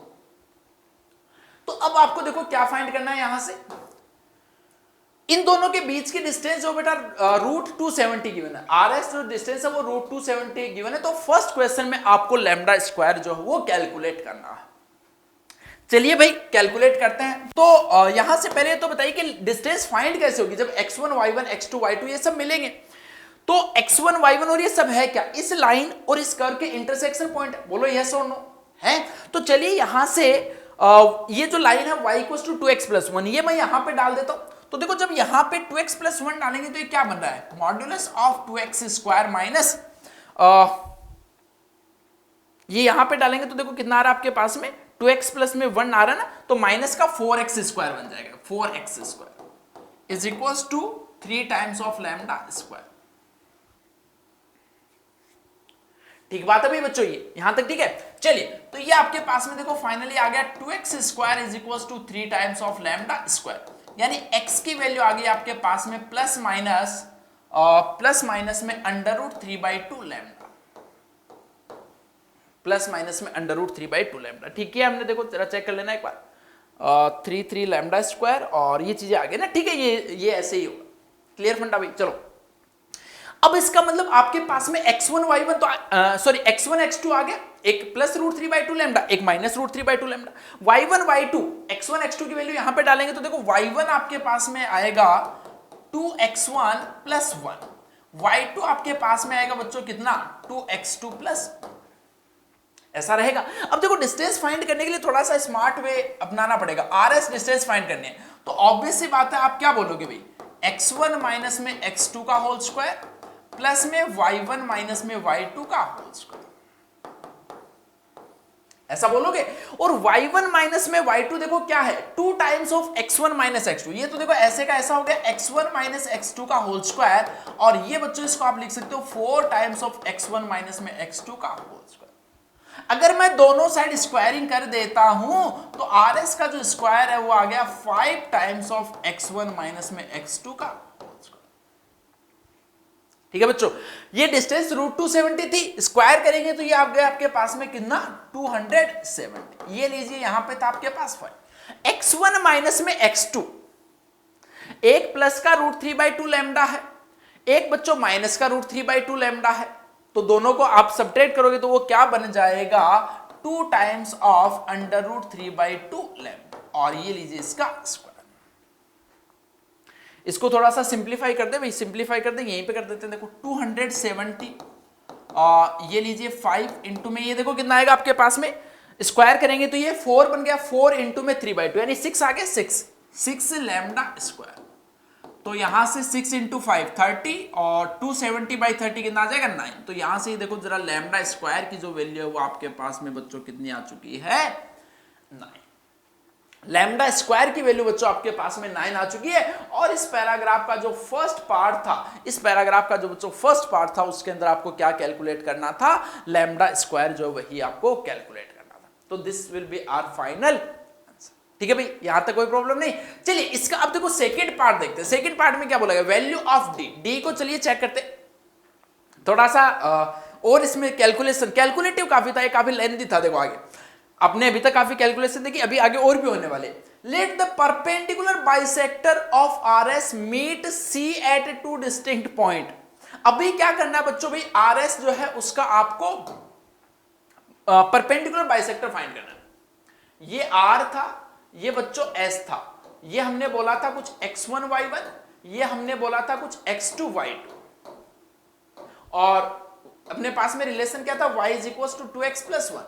अब इसके परपेंडिकुलर बाइसेक्टर की बात कर रहा है, तो भाई परपेंडिकुलर बाइसेक्टर जो वो क्या होगा x1 प्लस में x2/2 एंड y1 प्लस में y2/2 से पास होगा।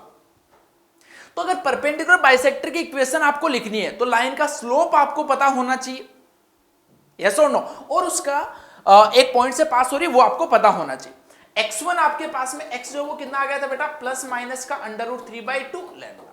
अब ध्यान से समझना मेरी बात को, x1 प्लस में x2/2 जो वो कितना होगा 0। अरे भाई एक x1 जो वो प्लस का √3/2 लैम्डा है, x2 जो वो माइनस का √0, y1 प्लस में y2/2, ये भी हमने बात की थी कि जैसे y1 जो वो 2x1 प्लस 1 होगा, y2 जो वो बच्चों आपके पास में 2x2 प्लस 1 होगा। तो y1 प्लस में y2/2 करेंगे तो वो देखो कितना आ रहा है, यहां पे इनको ऐड किया तो x1 प्लस x2 अगेन 0, और वो आपके पास में देखो जरा कितना आएगा, y1 प्लस में y2/2 करेंगे तो 2/1 आ गया, यानी 0,1 से पास होगी स्लोप। RS लाइन का देखो स्लोप अगर हम बात कर ले, स्लोप ऑफ लाइन RS वो कितना होगा y2 माइनस में y1 अपॉन में x2 minus x1। y2 minus में y1 देखो करेंगे तो ये कितना आ रहा है 2 इंटू में x2 माइनस x1 अपॉन में x2 माइनस x1, स्लोप आ गया आपके पास 2। तो जो परपेंडिकुलर लाइन है उसका स्लोप कितना होगा माइनस का 1 अपॉन। तो चलिए उसकी इक्वेशन देखो क्या होगी, y माइनस 1, स्लोप है -1/2 इंटू में x माइनस 0। तो फाइनली ये लाइन आ गई 2y माइनस में 1 is equal to minus x, या फिर इसको बच्चों बोलते हैं हम x प्लस में सॉरी ये कितना आएगा 2 से हमने मल्टीप्लाई किया ना तो 2y माइनस का 2 आएगा ना, 2y माइनस का 2, ठीक है। तो ये देखो जरा इधर से इसको इधर लेके आएंगे तो x प्लस का 2y और ये लीजिए माइनस का 2 इज इक्वल टू 0, ऐसा आ गया। अब देखो आगे अगेन क्वेश्चन को पढ़ो, क्या बोला है कि ये जो इसका परपेंडिकुलर बाइसेक्टर जो हमने अभी फाइंड किया वो कर्व सी को again two distinct point R dash और एस डैश पे मिल रहा है। ये कर्व सी टाइप से आया था तो अगेन ये आर डैश और एस डैश यहां पे मिल रहा है। कर्व की इक्वेशन देखो मैं फिर से लिख देता हूं। जो कर्व सी था उसकी इक्वेशन क्या आई थी आपके पास में, modulus of x square plus में कितनी आई थी तो चेक कर लेते हैं एक बार। कहां थी 2x स्क्वायर माइनस में y माइनस 1 का होल स्क्वायर। 2x स्क्वायर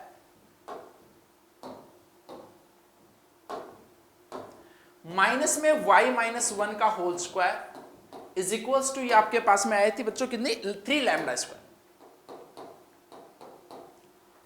ऐसा आ गया आपके पास में। ठीक है, चलिए अब देखो एक लाइन ये है, एक लाइन ये सॉरी एक कर्व आपके पास में ये है, एक लाइन आपके पास में ये है, और इन दोनों का जो इंटरसेक्शन पॉइंट है वो बच्चों क्या है, R dash and S dash. ठीक है, उनको वहां पे जो बोला था हम यहाँ पे इनको कुछ बोल देते हैं x1 डैश y1 डैश, और ये बोल दिया बच्चों x2 डैश y2 डैश। इन दोनों के बीच की डिस्टेंस अगेन फाइंड करनी है, तो पहले क्या पता होना चाहिए, पॉइंट ऑफ इंटरसेक्शन आपको फाइंड आउट करना है। तो देखो यहां से x जो उसकी वैल्यू को आप क्या लिख सकते हो, माइनस में 2 इंटू में y माइनस 1। तो आप चाहो तो y माइनस 1 जो उसको फिर से रिप्लेस कर दो, y माइनस की वैल्यू आगे बच्चों x बाई 2। तो देखो 2x स्क्वायर और x बाई 2 का स्क्वायर करेंगे तो वो कितना हो जाता है बेटा, x square by 4 is equal to 3 lambda square. तो 7x स्क्वायर बाई 4 यानी कि यहां से आ गया 7x square is equal to 12 lambda square.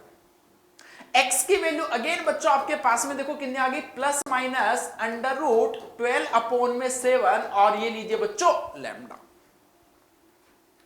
अब आपको देखो अगेन क्या फाइंड करना था, ये जो डिस्टेंस है आर डैश एस डैश जो फाइंड करना है, आर डैश एस डैश। तो हम बच्चों क्या करेंगे, देखो वही वापस से ये लीजिए x1 माइनस में x2 का स्क्वायर। ठीक है, ये ध्यान से समझना, और y1 माइनस में y2 डैश, सॉरी यहां पे डैश लगा दो डैश, y1 माइनस में y2 डैश। तो देखो y1 माइनस में y2 डैश यहां से मिल जाएगा इजीली। कैसे मिलेगा, अगेन इसको सेटिस्फाई करेगा ना, तो सेटिस्फाई करेगा तो देखो हम क्या बोलते हैं यहाँ पे x1 डैश, या फिर इसको दूसरी साइड ही लेके आ जाओ आप, x1 डैश माइनस में 2 is equals to 2y1 dash. Similar way में x2 dash minus 2 is equals to, sorry ये माइनस का आएगा, माइनस का 2y2 डैश। इसको हम इस साइड लेके आ गए। तो अब y1 माइनस में y2 बच्चों आपको चाहिए, तो y1 माइनस में y2 देखो वहां पे इसको आप चाहो तो उस साइड ले जाओ, 2 माइनस में x1 बेसिकली आ गया, 2 माइनस में x आ गया। तो भाई 2 माइनस में x1 आ गया, तो x2 माइनस में x1 बाई 2 आ गया, x2 माइनस में x1 अपॉन 2 आ गया, x2 माइनस में x1 upon 2, x2 dash minus का x1 डैश अपॉन में, और ये लीजिए इसका स्क्वायर। ठीक है बच्चों, ये ऐसी चीज आपको यहां पे मिल गई। तो ये बेसिकली आपके पास में देखो कितना आ गया, ठीक लिखा है ना हमने, 1 प्लस में 1/4, 5/4 आ गया ना ये basically, 5/4 under root 5/4 x1 dash minus में x2 डैश का स्क्वायर। ठीक है बच्चों, चलिए अब देखो आगे की कहानी, x1 डैश माइनस में x2 डैश, तो वापस से यहां से इजीली आप कैलकुलेट कर सकते हो ना, 5/4 x1 डैश माइनस में x2 डैश, इसका 2 टाइम्स हो जाएगा, 2 टाइम्स, और उसका क्या करना है स्क्वायर। तो वो बेसिकली आ गया 4 इंटू में 12 डिवाइडेड बाई 7, और साथ में आ गया बच्चों ये लीजिए लैम्डा स्क्वायर। साथ में ये आपके पास में कितना आ गया, लैम्डा स्क्वायर। चलिए जरा यहां से एक बार इसको कैलकुलेट कर लेते हैं। लैम्डा स्क्वायर की वैल्यू हमने देखो ऑलरेडी फाइंड कर ली है पिछले क्वेश्चन में, लैम्डा स्क्वायर 9 आ रहा था, लैम्डा स्क्वायर 9 आ रहा था। तो 60 अपॉन में 7, और ये लीजिए इंटू में 9, यानी आ गया अंडर रूट 540/7। अब आपको देखो क्वेश्चन में वैल्यू ऑफ डी फाइंड करनी थी, और डी क्या बोला गया था, let D be the square of the distance. जो बच्चों हमने जो अभी भी डिस्टेंस कैलकुलेट की है उसका स्क्वायर जो है उसके बारे में उसने क्या बोला है, डी है। तो इसका मतलब यहां से डी जो वो आ गया बच्चों आपके पास में 540 डिवाइडेड बाई 7। न्यूमेरिकल टाइप में आंसर इसका लिखना था, तो कैलकुलेट आपको करना पड़ेगा 7, फिर से 50 यानी 7, फिर 10 आएगा 1, और फिर कितना आएगा आपके पास में 71030 यानी 4।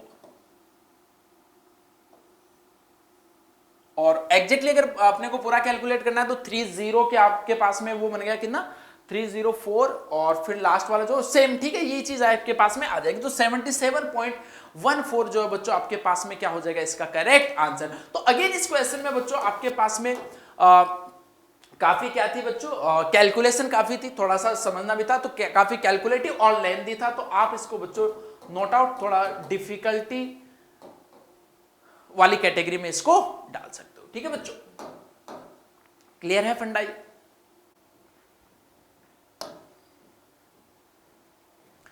इस क्वेश्चन में देखो बच्चों आपके पास में क्या गिवन था, ये आपके पास में वन और मोर देन करेक्ट टाइप का एक क्वेश्चन था। यहां पे बोला गया for any 3x3 matrix M let determinant M denote the determinant of M, ठीक है, ये ऑब्वियस सी बात है।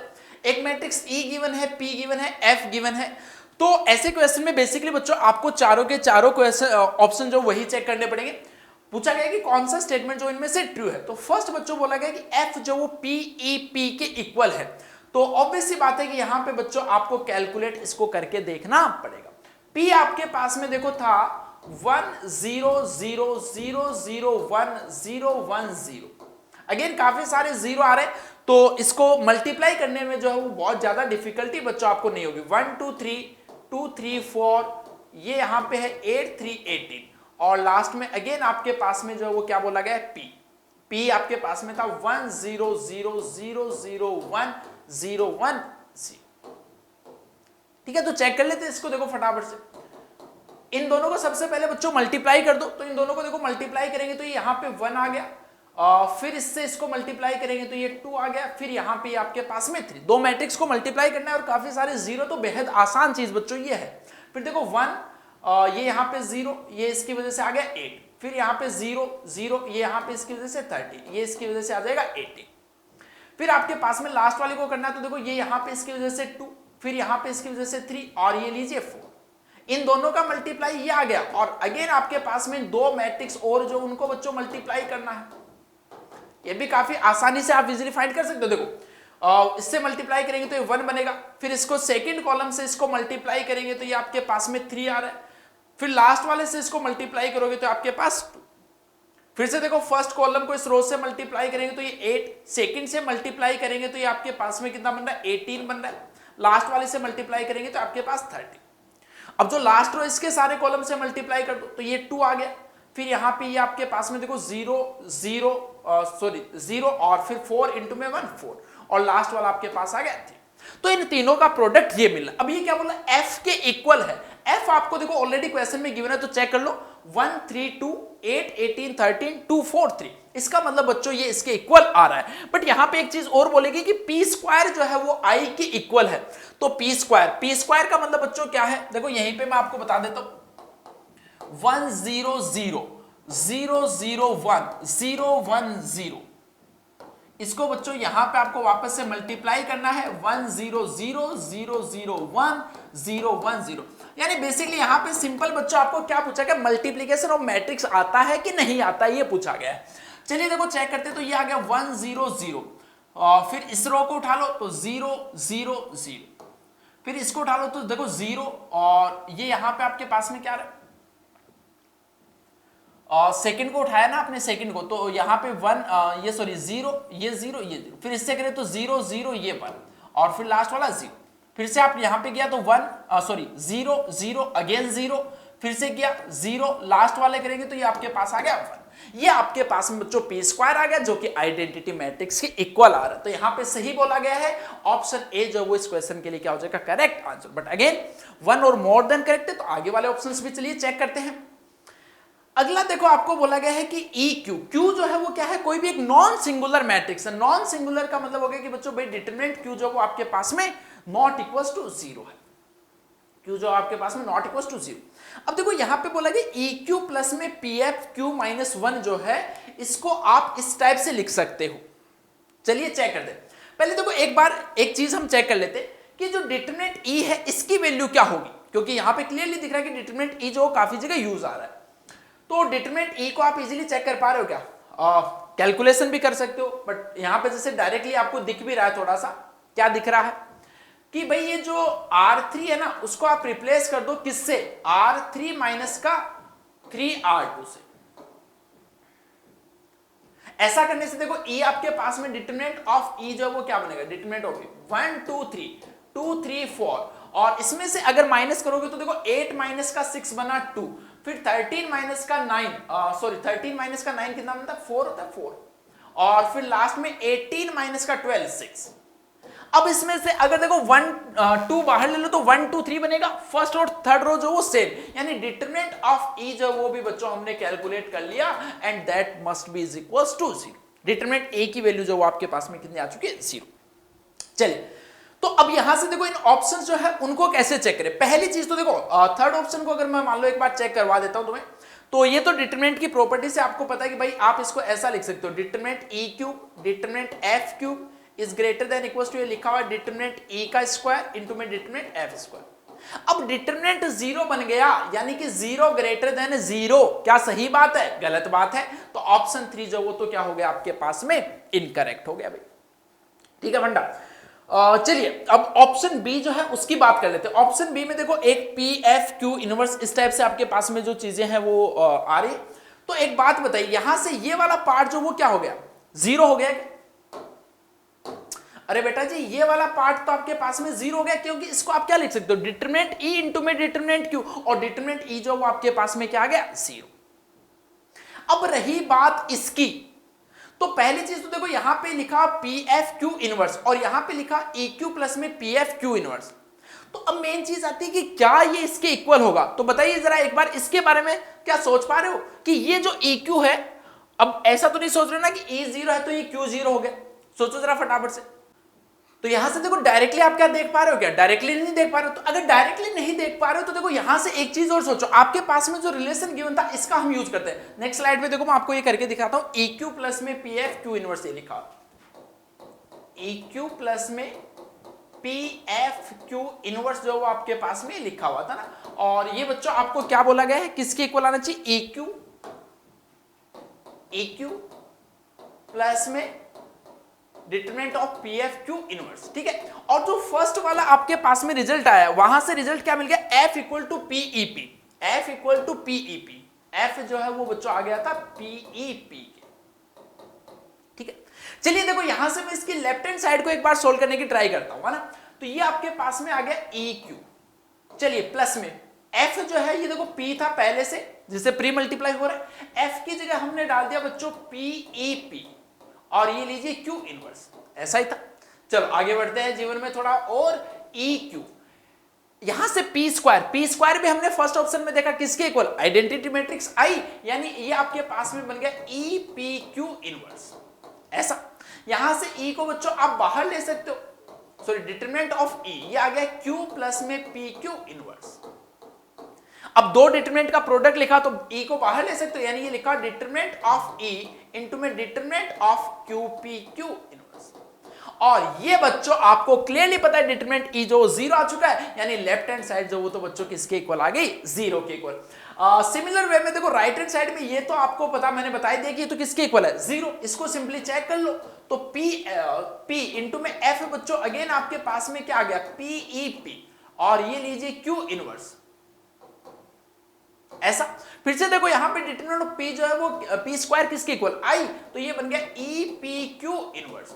फिर से आप इसको क्या लिख सकते हो, डिटरमिनेंट ऑफ E इंटू में P इंटू में determinant of Q inverse. But again बच्चों Q E जो है वो आपके पास में क्या है 0, तो लेफ्ट हैंड साइड जो उसके डिटरमिनेंट की वैल्यू भी 0 आ रही है, राइट हैंड साइड वाला जो डिटरमिनेंट है उसकी वैल्यू भी आपके पास में क्या आ रही है बच्चों 0 आ रही है, यानी ऑप्शन सी जो वो भी क्या होगा इसका करेक्ट आंसर। चलिए लास्ट ऑप्शन चेक करते हैं। देखो sum of the diagonal entries of P inverse EP, किसकी बात कर रहे हैं यहां पे वो भी देखो हम चेक कर लेते हैं एक बार। नेक्स्ट स्लाइड पे again P inverse EP plus F, P inverse EP plus में F, ये इस मैट्रिक्स की बात कर रहा है। अगली देखो किसकी बात कर रहा है, E प्लस में P inverse FP, P inverse FP, और ये यहां पे E प्लस, ये देखो एक बार चेक कर लेना कुछ गलत ना लिख दो, P इनवर्स F। अब बोला sum of the diagonal entries of this is equal to sum of diagonal entries of this, यानी कि वो ट्रेस की बच्चों यहां पे बात कर रहा है कि ये तो जो दो मैट्रिक्स लिखे हैं दोनों का ट्रेस जो है वो आपके पास में क्या आ रहा है, इक्वल आना चाहिए ट्रेस। चलिए अगेन चेक करते हैं, एफ जो है उसको अगर हम मान लो कि रिप्लेस कर देते हैं तो देखो फर्स्ट वाला जो मैट्रिक्स है ये लिखा हुआ P inverse E P plus में एफ, एफ जो था वो बच्चों किसके इक्वल था, पीई पी के इक्वल था।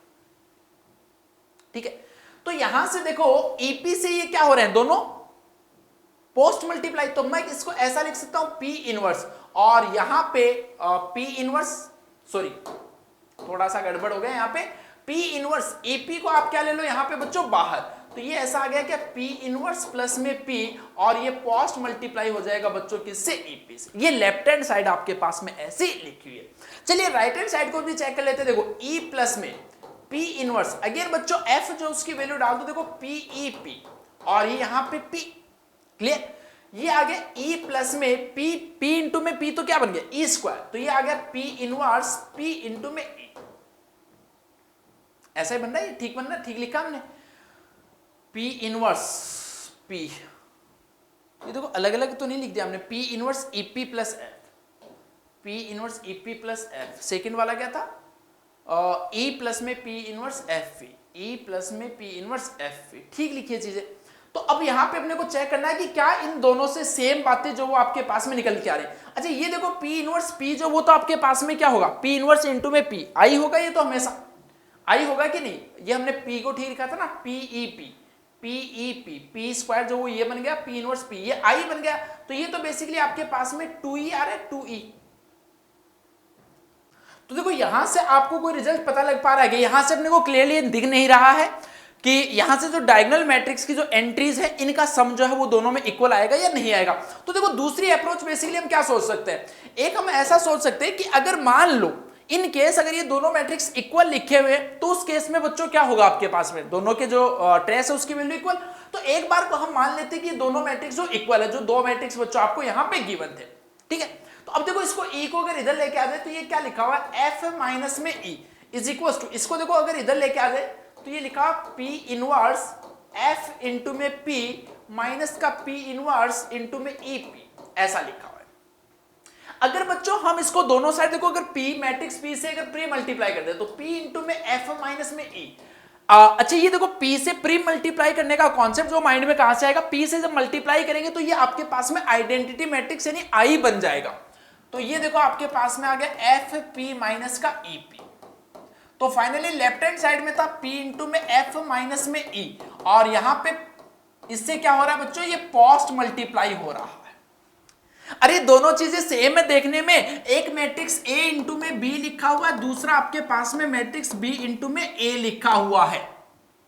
तो ए बी इक्वल्स टू अगर बी ए है तो यहां से क्या आप क्लियरली बोल सकते हो कि ये दोनों क्या है, कम्यूटेटिव मैट्रिक्स है। और अगर कम्यूटेटिव मैट्रिक्स है बच्चों तो यहां से चाहे ए बी हमेशा ए को बी से मल्टीप्लाई करो या बी को ए से मल्टीप्लाई करो, जो उसके डायगोनल एलिमेंट्स है वो तो बच्चों क्या आने वाले हैं, सेम आने वाले हैं, यानी उनका जो सम है वो भी क्या आएगा, सेम आएगा। तो ऑप्शन डी जो वो भी बच्चों क्या हो जाएगा इसका करेक्ट आंसर। तो ए सी डी जो है वो इसके क्या होंगे, करेक्ट ऑप्शंस। अगेन बच्चों इस क्वेश्चन में काफी दिमाग लगाने वाला था आपके पास में, ऑप्शन बी की अगर हम बात करें या फिर ऑप्शन डी की बात करें तो इस क्वेश्चन को भी आप टाइम टेकिंग भी थोड़ा सा था, ज्यादा तो टाइम टेकिंग है, तो डिफिकल्ट कैटेगरी में आप इसको डाल सकते हो, ठीक है। बाकी काफी मजेदार सा ये क्वेश्चन था।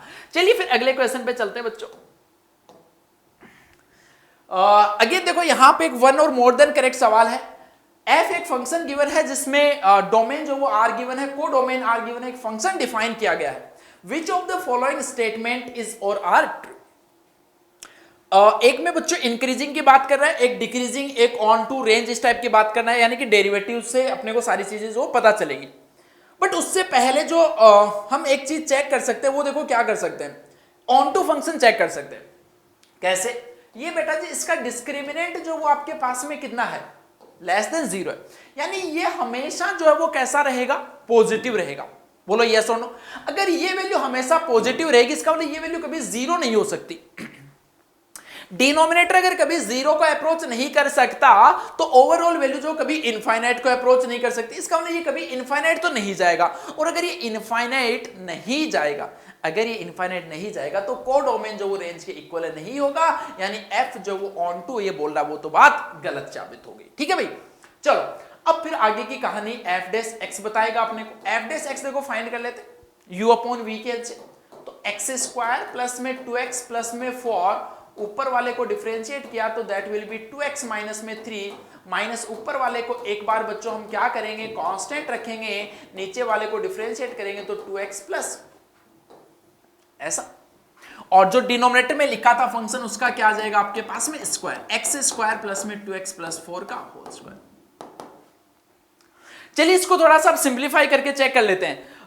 यहां से देखो जरा क्या बनेगा, 2x एक्स स्क्वायर से मल्टीप्लाई होगा तो बच्चों ये बनेगा 2x क्यूब, एक्स स्क्वायर वाले term minus 3x square plus में 4x स्क्वायर, तो ये आ गया प्लस का x स्क्वायर। और x वाली टर्म की अगर बात करें तो देखो माइनस का 6x और ये लीजिए प्लस का 8x, 8x माइनस में 6x क्या हो गया 2x, और कांस्टेंट टर्म आ गया बच्चों माइनस का 12। चलिए यहां से भी देखो माइनस का 2x क्यूब तो आएगा ही आएगा आपके पास में, एक्स स्क्वायर वाली टर्म कितनी 2x स्क्वायर और माइनस का 6x स्क्वायर यानी माइनस 4x स्क्वायर, एक माइनस पहले से था तो ये आ गया प्लस का 4x स्क्वायर। एक्स वाली टर्म की बात कर लेते हैं, माइनस 3x इंटू में 2, माइनस का 6x, माइनस का 6x और माइनस का 12x, माइनस का 18x, तो ये आ गया प्लस का 18x, और माइनस का 12, minus minus again plus, divided by जो था वो तो अभी भी ऐसे कैसे। तो अब इसको देखो सिंप्लीफाई करें तो 5x स्क्वायर और 5x स्क्वायर प्लस में ये आ गया कितना 20x, 5x स्क्वायर माइनस का 20x, तो 5x को बाहर ले लो और 5x x प्लस में 4 आ गया बच्चों, और डिवाइड बाय आ गया x स्क्वायर प्लस का 2x प्लस का 4 का होल स्क्वायर। ये f डैश x है बच्चों, ये आपके पास में क्या आ गया f डैश x। अब f डैश x के बेसिस पे तो हम बताते हैं कहां पे इंक्रीजिंग होगा कहां पे डिक्रीजिंग, दो जगह क्रिटिकल पॉइंट आ रहे हैं बेटा, एक -4 एक 0, तो 0 से बड़ा होगा तो ऑब्वियस सी बात है हमेशा पॉजिटिव, नेगेटिव पॉजिटिव, यानी f dash x minus infinite से माइनस में 4 है, यानी फंक्शन सॉरी पॉजिटिव यानी फंक्शन ने इंक्रीज किया होगा, फिर फंक्शन ने डिक्रीज किया होगा, फिर फंक्शन ने इंक्रीज किया होगा, ठीक है। अब इसके अकॉर्डिंग बता देते भाई, f is decreasing in the interval -2 to -1, -2 यहां पे कहीं है, -1 पे कहीं भी बीच में इंटरवल होगा तो ऑब्वियस सी बात है वहां पे बच्चों फंक्शन क्या कर रहा है, डिक्रीज कर रहा है, तो ये बात भाई सही बोल रहा है, सही बोल रहा है बात। अगला f is increasing in the interval 1 to 2, 1 to 2 वाला इंटरवल बच्चों ये इसके अंदर ये ऑब्वियस सी बात है इंक्रीज कर रहा है, तो ऑप्शन बी जो वो भी करेक्ट। अगला बात बोल रहा है f की रेंज जो बतानी है, तो भाई रेंज बताने के लिए ऑब्वियस सी बात है कि जहां पे मैक्सिमा मिल रहा है और जहां पे ये मिनिमा वगैरह मिल रहा है उस पे तो वैल्यू एक बार चेक कर लेते हैं। तो f माइनस में 4, f माइनस में 4 जो उसको पहले फाइंड हम कर लेते हैं एक बार। f माइनस में 4 देखो कितना आ रहा है 16 प्लस का 12 माइनस का 6 अपॉन माइनस का 4 बच्चों यहां पे डालेंगे तो 16 माइनस का 8 प्लस का 4 कितना आ रहा है 28 माइनस के 6 22, 22 अपॉन में आ रहा है 12, इतना आएगा ना 22 अपॉन में 12, यानी ये कितना आ रहा है 11/6 आ रहा है, 11/6, ठीक है। चलिए एक f ऑफ 0 भी हम एक बार कैलकुलेट करके देखते हैं। f ऑफ 0 फाइंड करेंगे तो यार माइनस का 6/4, माइनस का 6/4 का मतलब कितना माइनस का 3/2। अपने को बच्चों इसमें क्या हो रहा है कि था कि -4 पे मैक्सिमा इसका मिल रहा था, ठीक बात है, -4 पे इसका क्या मिल रहा था मैक्सिमा मिल रहा था, और वो जो मैक्सिमम वैल्यू है वो कितनी जा रही है 11/6 तक जा रही है, जबकि ये क्या बोला है कि इसकी रेंज जो कहां तक जा रही है 2 तक जा रही है, तो इसका मतलब ये अपने आप ही आपके पास में क्या हो गया बच्चों गलत हो गया। एग्जैक्टली अगर रेंज फाइंड करनी है तो आप क्या करोगे, इसको ऑब्वियस सी बात है y के इक्वल करके x में क्वाड्रेटिक बनेगी, उसका जो डिस्क्रिमिनेंट है उसको पॉजिटिव करना है, बट यहीं से बच्चों ये इजीली आपको मिल पा रहा है कि इसकी मैक्सिमम वैल्यू जो वो 11/6 जाएगी, जबकि इसने तो मैक्सिमम वैल्यू 2 तक ले जा रखी है, तो ये ऑप्शन बच्चों इसका ऑब्वियस सी बात है गलत हो गया, तो ऑप्शन ए और बी जो है वो इसके क्या होंगे करेक्ट आंसर, ठीक है। तो इस क्वेश्चन में देखा जाए तो ऐसा इस टाइप से कुछ भी चीज थी नहीं जो कि डिफिकल्ट हो, ना कैलकुलेशन डिफिकल्ट थी ना कोई कॉन्सेप्ट डिफिकल्ट था, तो इस क्वेश्चन को बच्चों हम इजी कैटेगरी जो उसके अंदर डाल सकते हैं, ठीक है। चलिए फिर अगले सवाल पे बढ़ते हैं।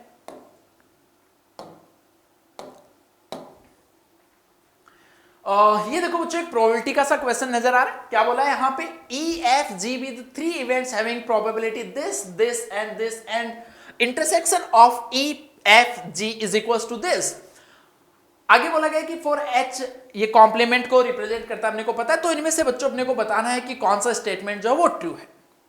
चलिए वेन डायग्राम की हेल्प से बच्चों जाते हैं, जब भी इस टाइप की आपको प्रोबेबिलिटी जो है वो गिवन है तो हम मान लेते हैं ऐसा कुछ है, ठीक है।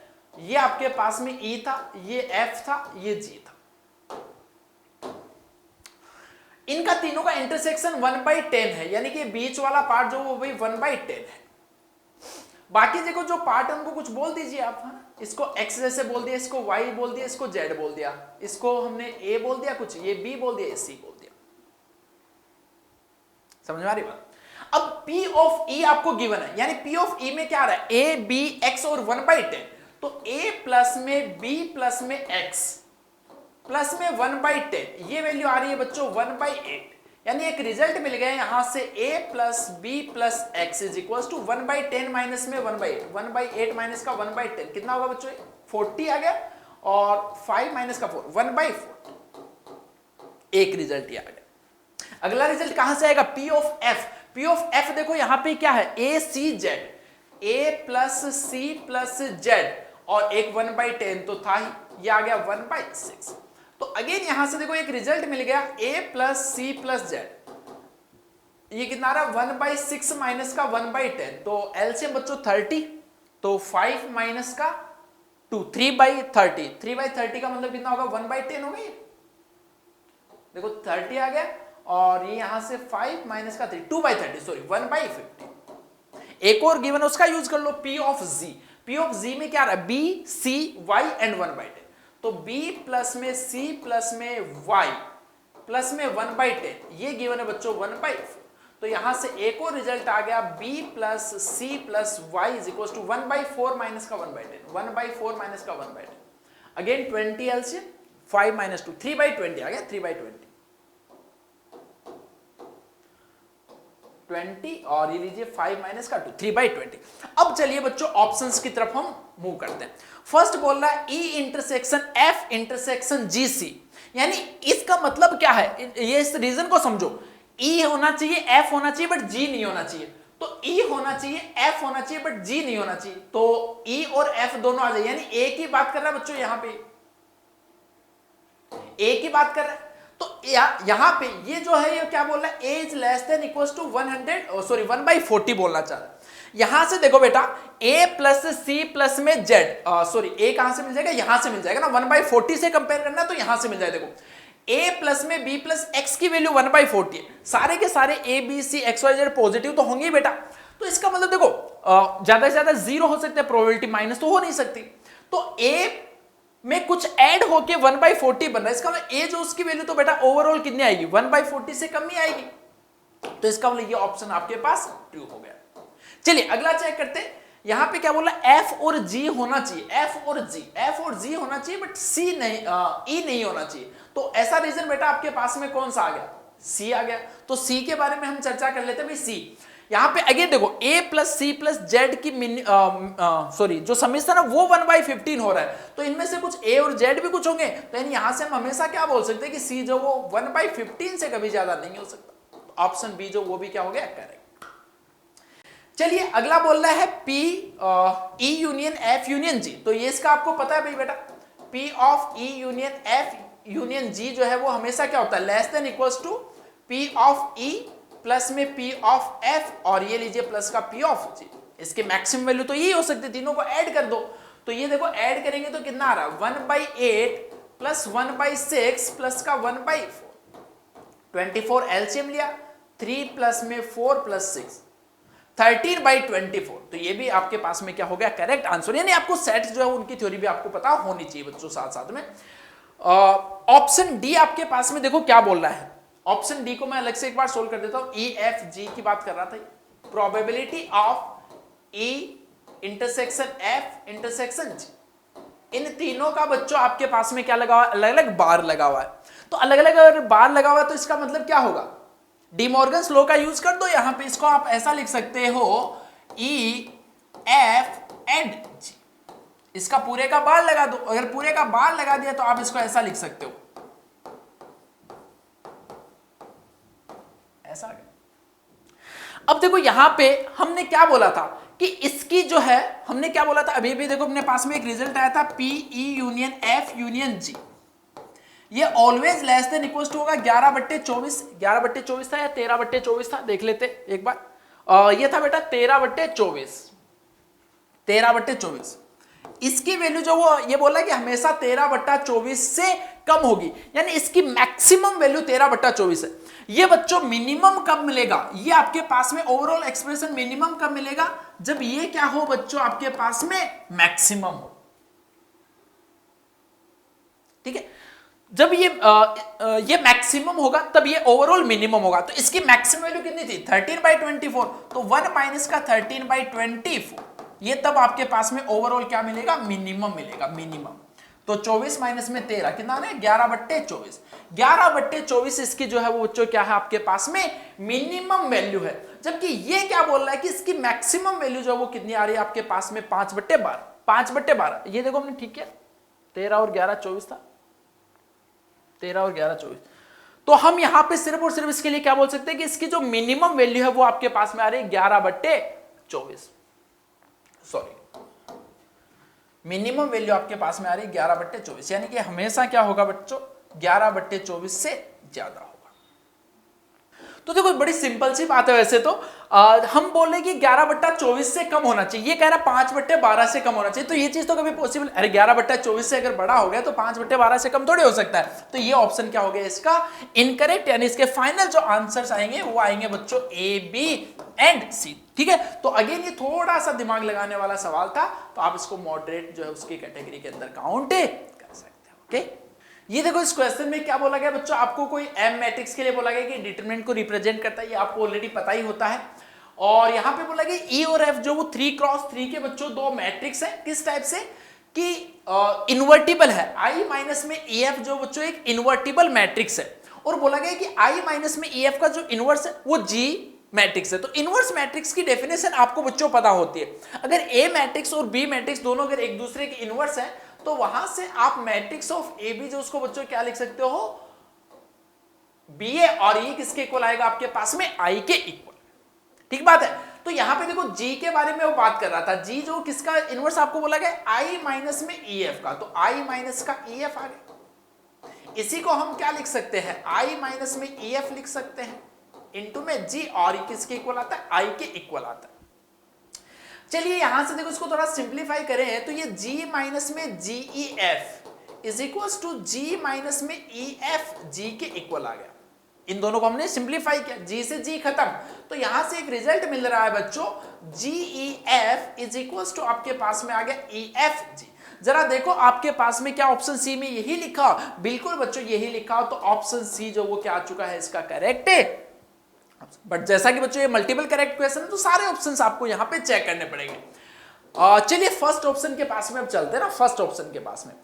तो फर्स्ट में देखो यहां पे हम अगर राइट हैंड साइड को सोल्व करें तो ये लिखा आई माइनस में एफ ए, यहां पे बच्चों तीन मैट्रिक्स के प्रोडक्ट का डिटरमिनेंट है, तो तीनों को अलग अलग करके लिख सकते हो प्रॉपर्टी के हेल्प से, एफ जी एंड ये लीजिए।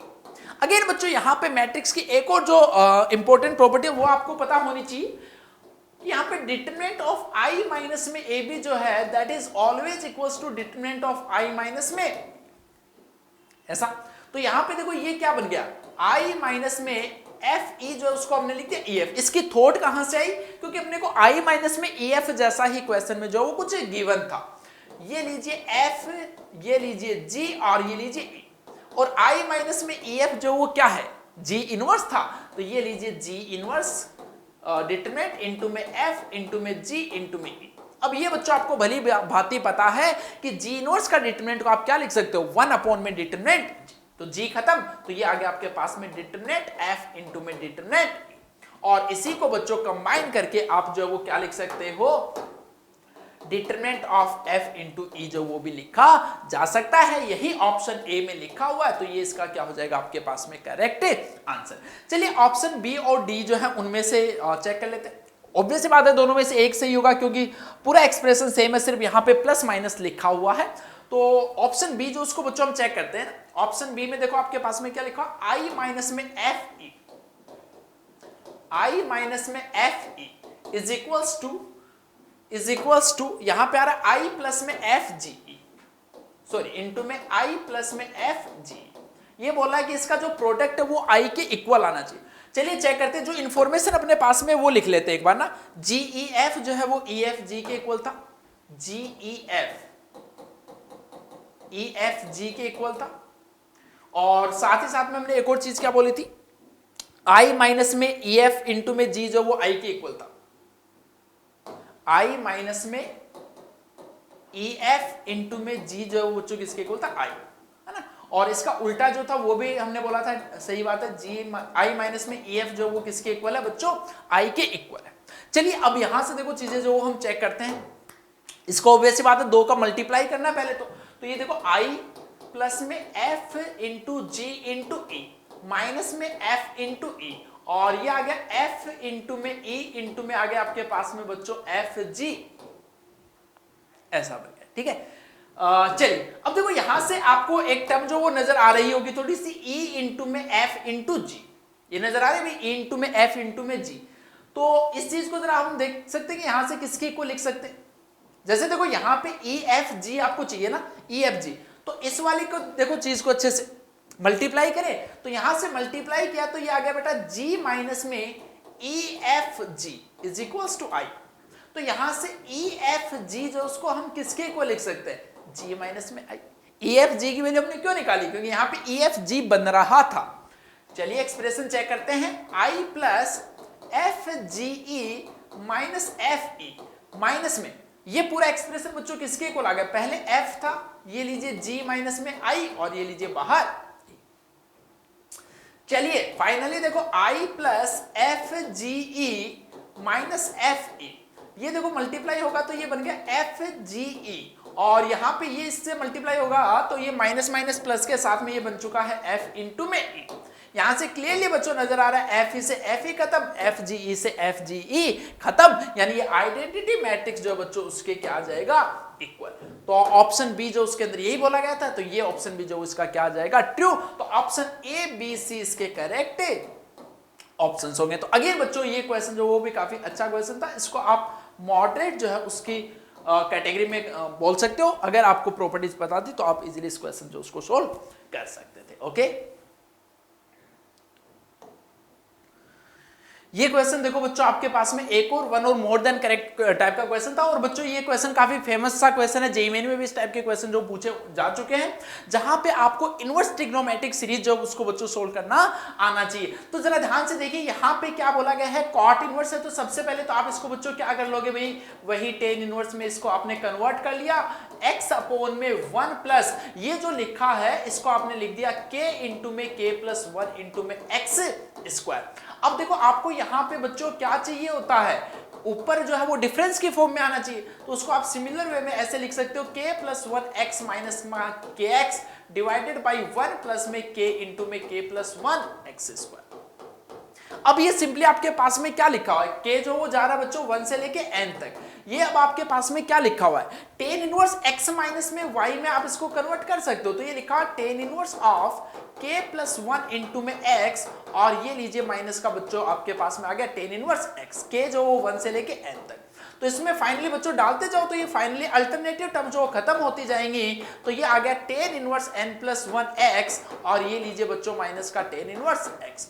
अब एक एक करके सारे ऑप्शन जो वो आप यहाँ पे चेक करते जाइए। अच्छा देखो इसको सबसे पहले तो आप थोड़ा सा और अगर लिखो तो क्या लिख सकते हो, tan inverse of x minus y वाला फॉर्मूला वापस से लगा दो, तो ये आ गया nx अपॉन में 1 प्लस एक्स स्क्वायर इंटू में n प्लस, ये आ गया टेन इनवर्स में।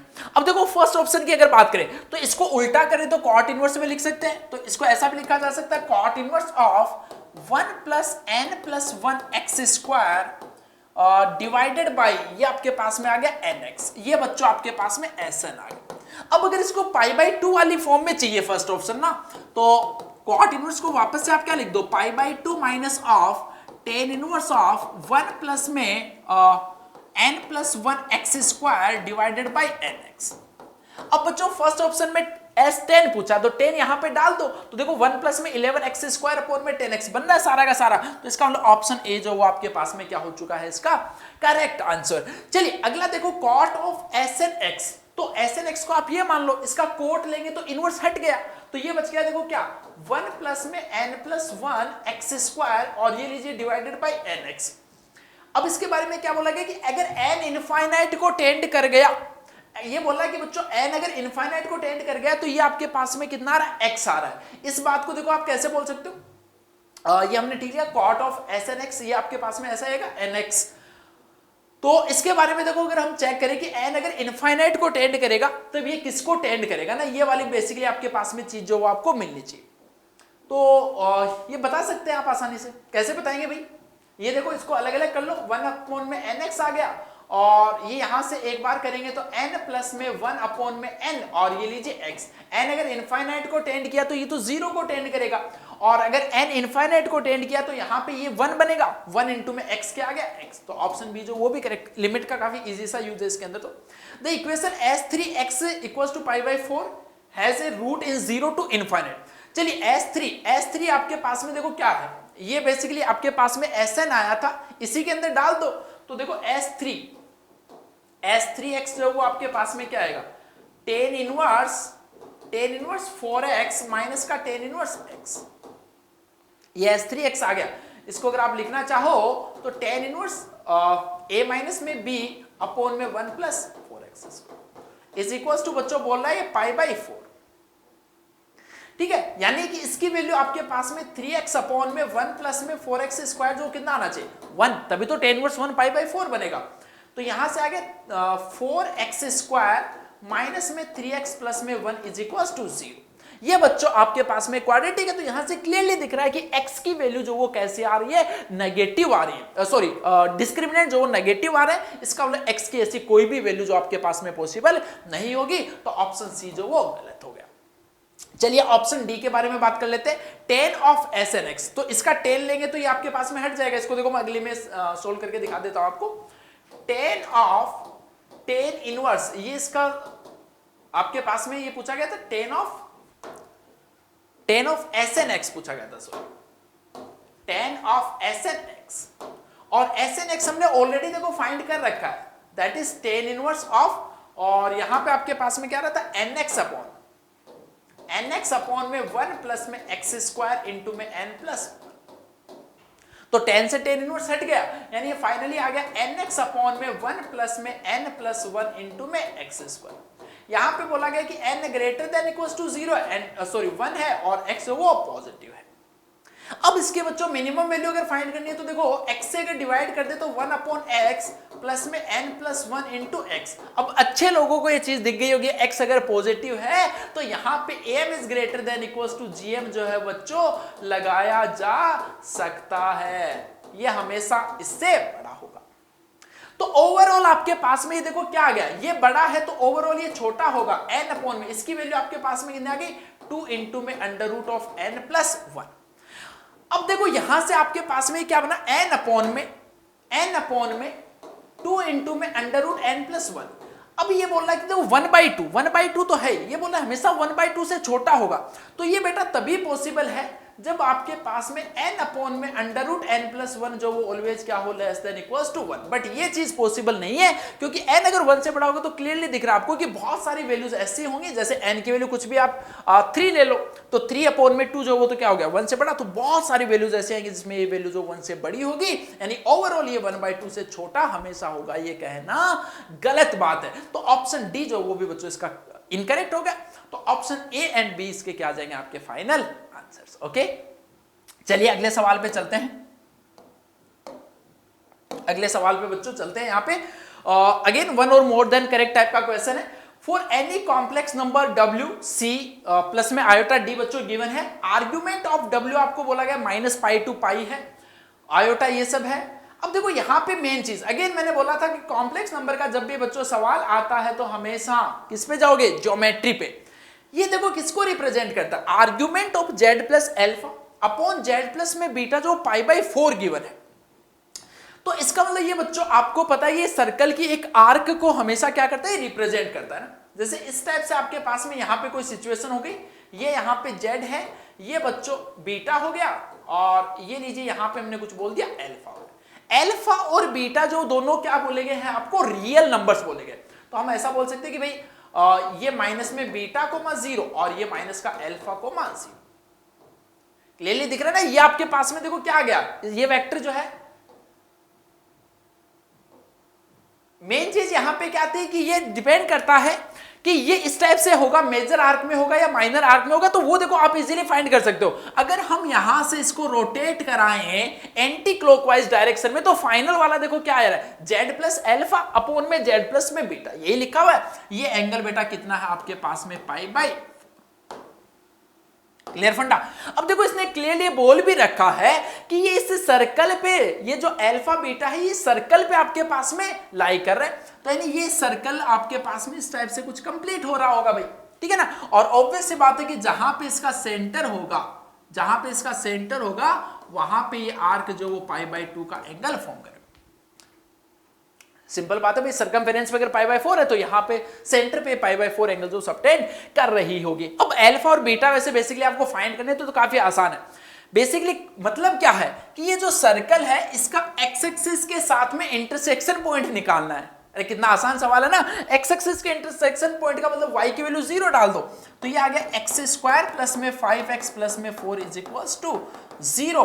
तो x की वैल्यू बेटा एक -1 आ गया आपके पास में, और एक आ गया आपके पास में -4। यहां पे डाल दो तो अल्फा की वैल्यू 1 आ गई और बीटा जो उसकी वैल्यू आपके पास में कितनी आ जाएगी, 4। ये आपके पास में सिंपल सी बच्चों वैल्यूज आ गई। अब देख लो, चेक कर लो। फर्स्ट बोल रहा है अल्फा की वैल्यू -1, गलत हो गया भाई, अल्फा -1 नहीं आएगा। अगला बोला अल्फा इंटू में बीटा 4, सही बोला। अल्फा इंटू में बीटा जो सही आ रहा है। और थर्ड वाला अपने आप गलत हो गया, बीटा की वैल्यू 4 आ रही, ये ऑप्शन भी सही हो गया। तो ऑप्शन बी एंड डी जो इसके क्या हो जाएंगे, करेक्ट आंसर। तो अगेन बच्चों जे एडवांस के अकॉर्डिंग इस सवाल को अगर देखा जाए तो ये फॉल करेगा आपके पास में किस कैटेगरी में, इजी वाली कैटेगरी में। क्लियर है फंडा? चलिए फिर अगला सवाल देखते हैं। ये बच्चों आपके पास में न्यूमेरिकल टाइप के क्वेश्चंस पूछे गए थे, ठीक है, जहां पे फर्स्ट क्वेश्चन में बोला गया था x कोई रियल नंबर है तो उसके अकॉर्डिंग आपके इसके क्या बताया, number of real roots of this equation. तो देखो बच्चों इसको दो टाइप से आप सोल्व कर सकते हो। एक तो भाई क्या है कि मॉड्यूलस जो उसको पॉजिटिव नेगेटिव आप डिफाइन करके इसको प्रॉपर्ली इसके सॉल्यूशन निकालो। दूसरा जो इजी मेथड है वो होता है हमेशा बच्चों ग्राफिकल अप्रोच। मैं पहले भी आपको बताता हूं ये चीज। तो ये लिखा देखो 3x स्क्वायर प्लस में x माइनस 1,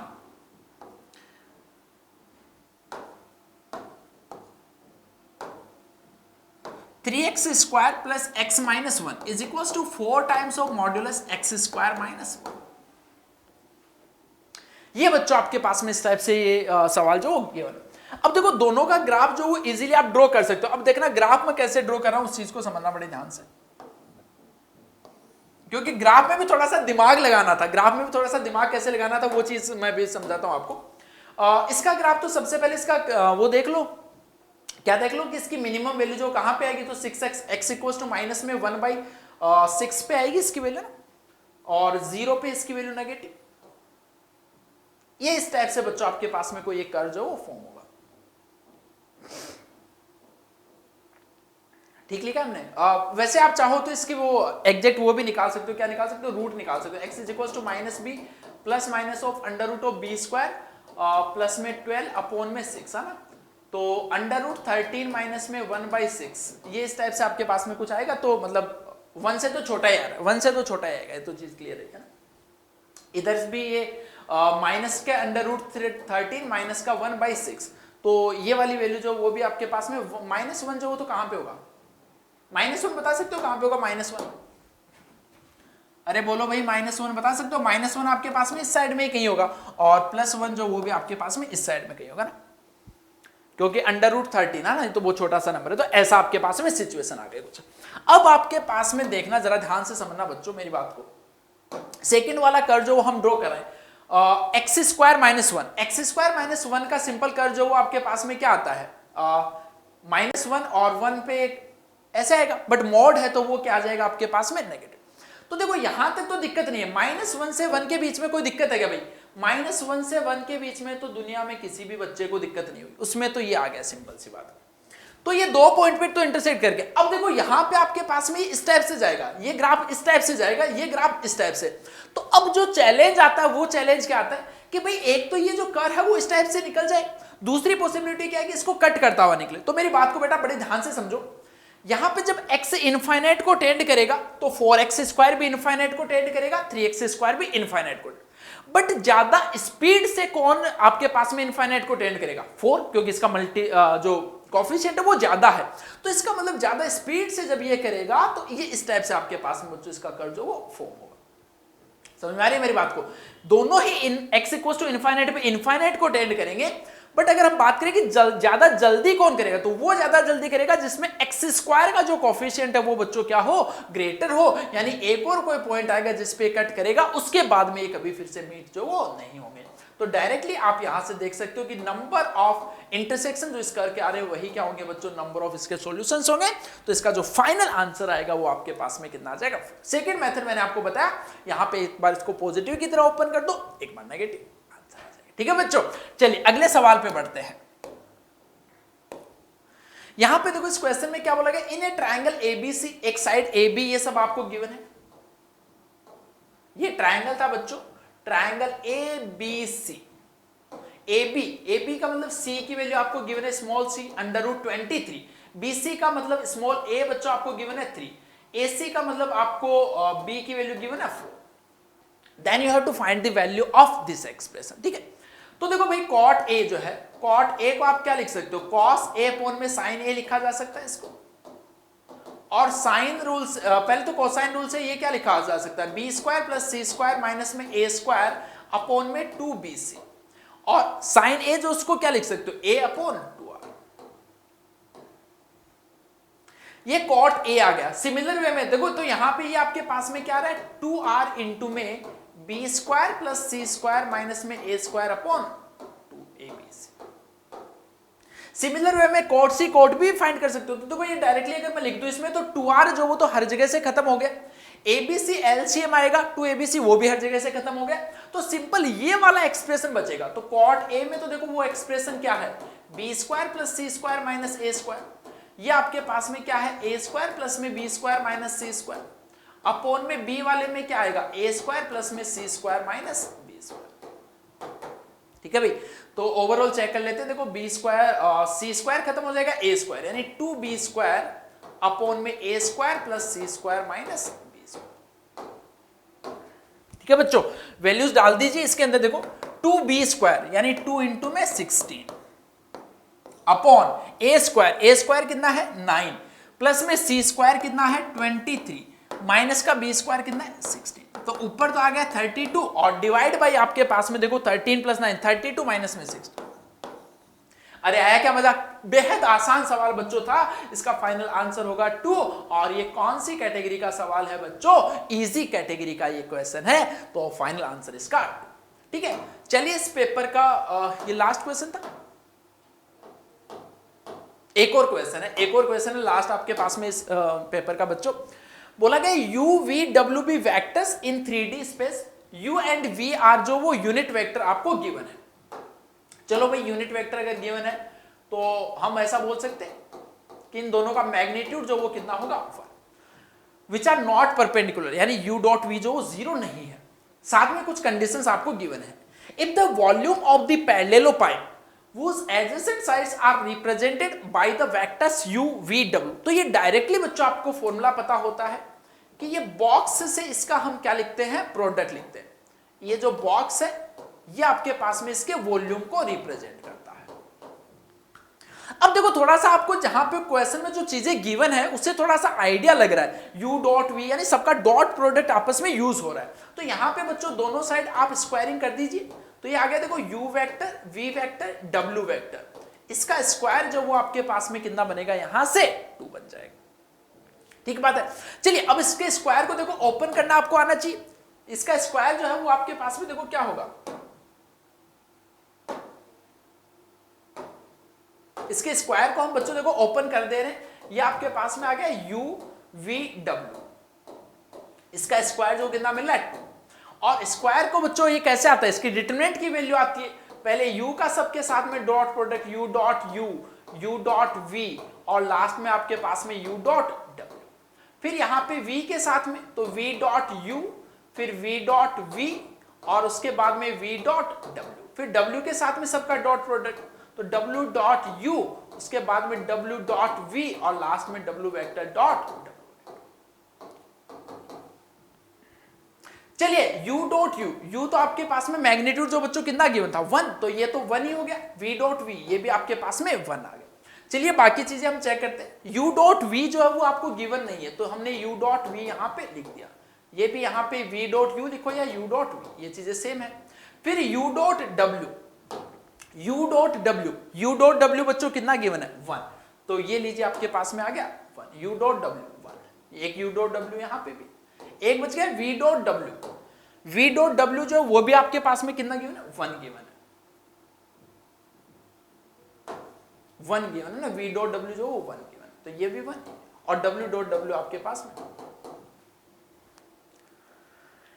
ठीक है भाई, सवाल खत्म हो गया। तो अब तो इसको सिंप्लीफाई करना है। तो ये देखिए किसी भी इसके अबाउट सपोज हम कर देते हैं इसको 16 ना, फर्स्ट रो के अबाउट, तो 1 इंटू में 4 माइनस 1 माइनस में u vector dot v vector into में 4 times of u vector dot v vector minus का 1 और लास्ट में बच्चों एक आएगा प्लस में 1 इंटू में u vector dot v vector minus is equals to, calculation का बस ध्यान रखना है, 4 माइनस 1 ये लीजिए 3 माइनस में 4 इंटू में u vector dot v vector का स्क्वायर माइनस माइनस में प्लस आ गया बच्चों u vector dot v vector, again यहाँ पे u vector dot v vector minus में 1 इज इक्वल्स टू 2।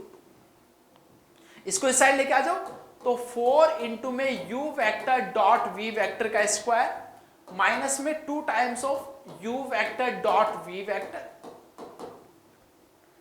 ठीक है ना, सारे को हम राइट हैंड साइड में लेके आ जाते हैं। तो यहाँ पे देखो 3 माइनस में 1 2 आ गया, 3 माइनस का 1 2, तो ये बन गया 0।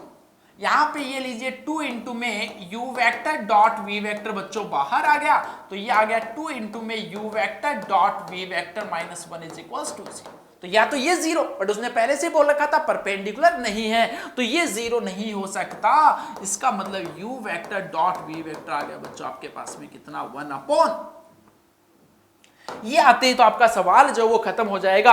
ये इसकी वैल्यू देखो बच्चों आपको इस क्वेश्चन में फाइंड करनी थी। तो किसी का भी मैग्नीट्यूड जो वो हम कैसे फाइंड करते हैं, स्क्वायरिंग कर दो भाई। तो ये लीजिए 9 इंटू में u का स्क्वायर प्लस में 25 इंटू में v का स्क्वायर और प्लस में क्या आ जाएगा आपके पास में 30 u dot v, 30 u dot v। ठीक है, u के मैग्नीट्यूड का स्क्वायर 9 फिर 25 फिर 30 और ये हमने बच्चों कितना फाइंड किया 1 अपॉन, ऐसा आ गया। तो ये देखो कितना बनेगा 15 प्लस में 25 40 प्लस में 49, तो ये फाइनली आपके पास में कितना आ जाएगा 7। तो इस क्वेश्चन का न्यूमेरिकल क्वेश्चन जो था उसका आंसर।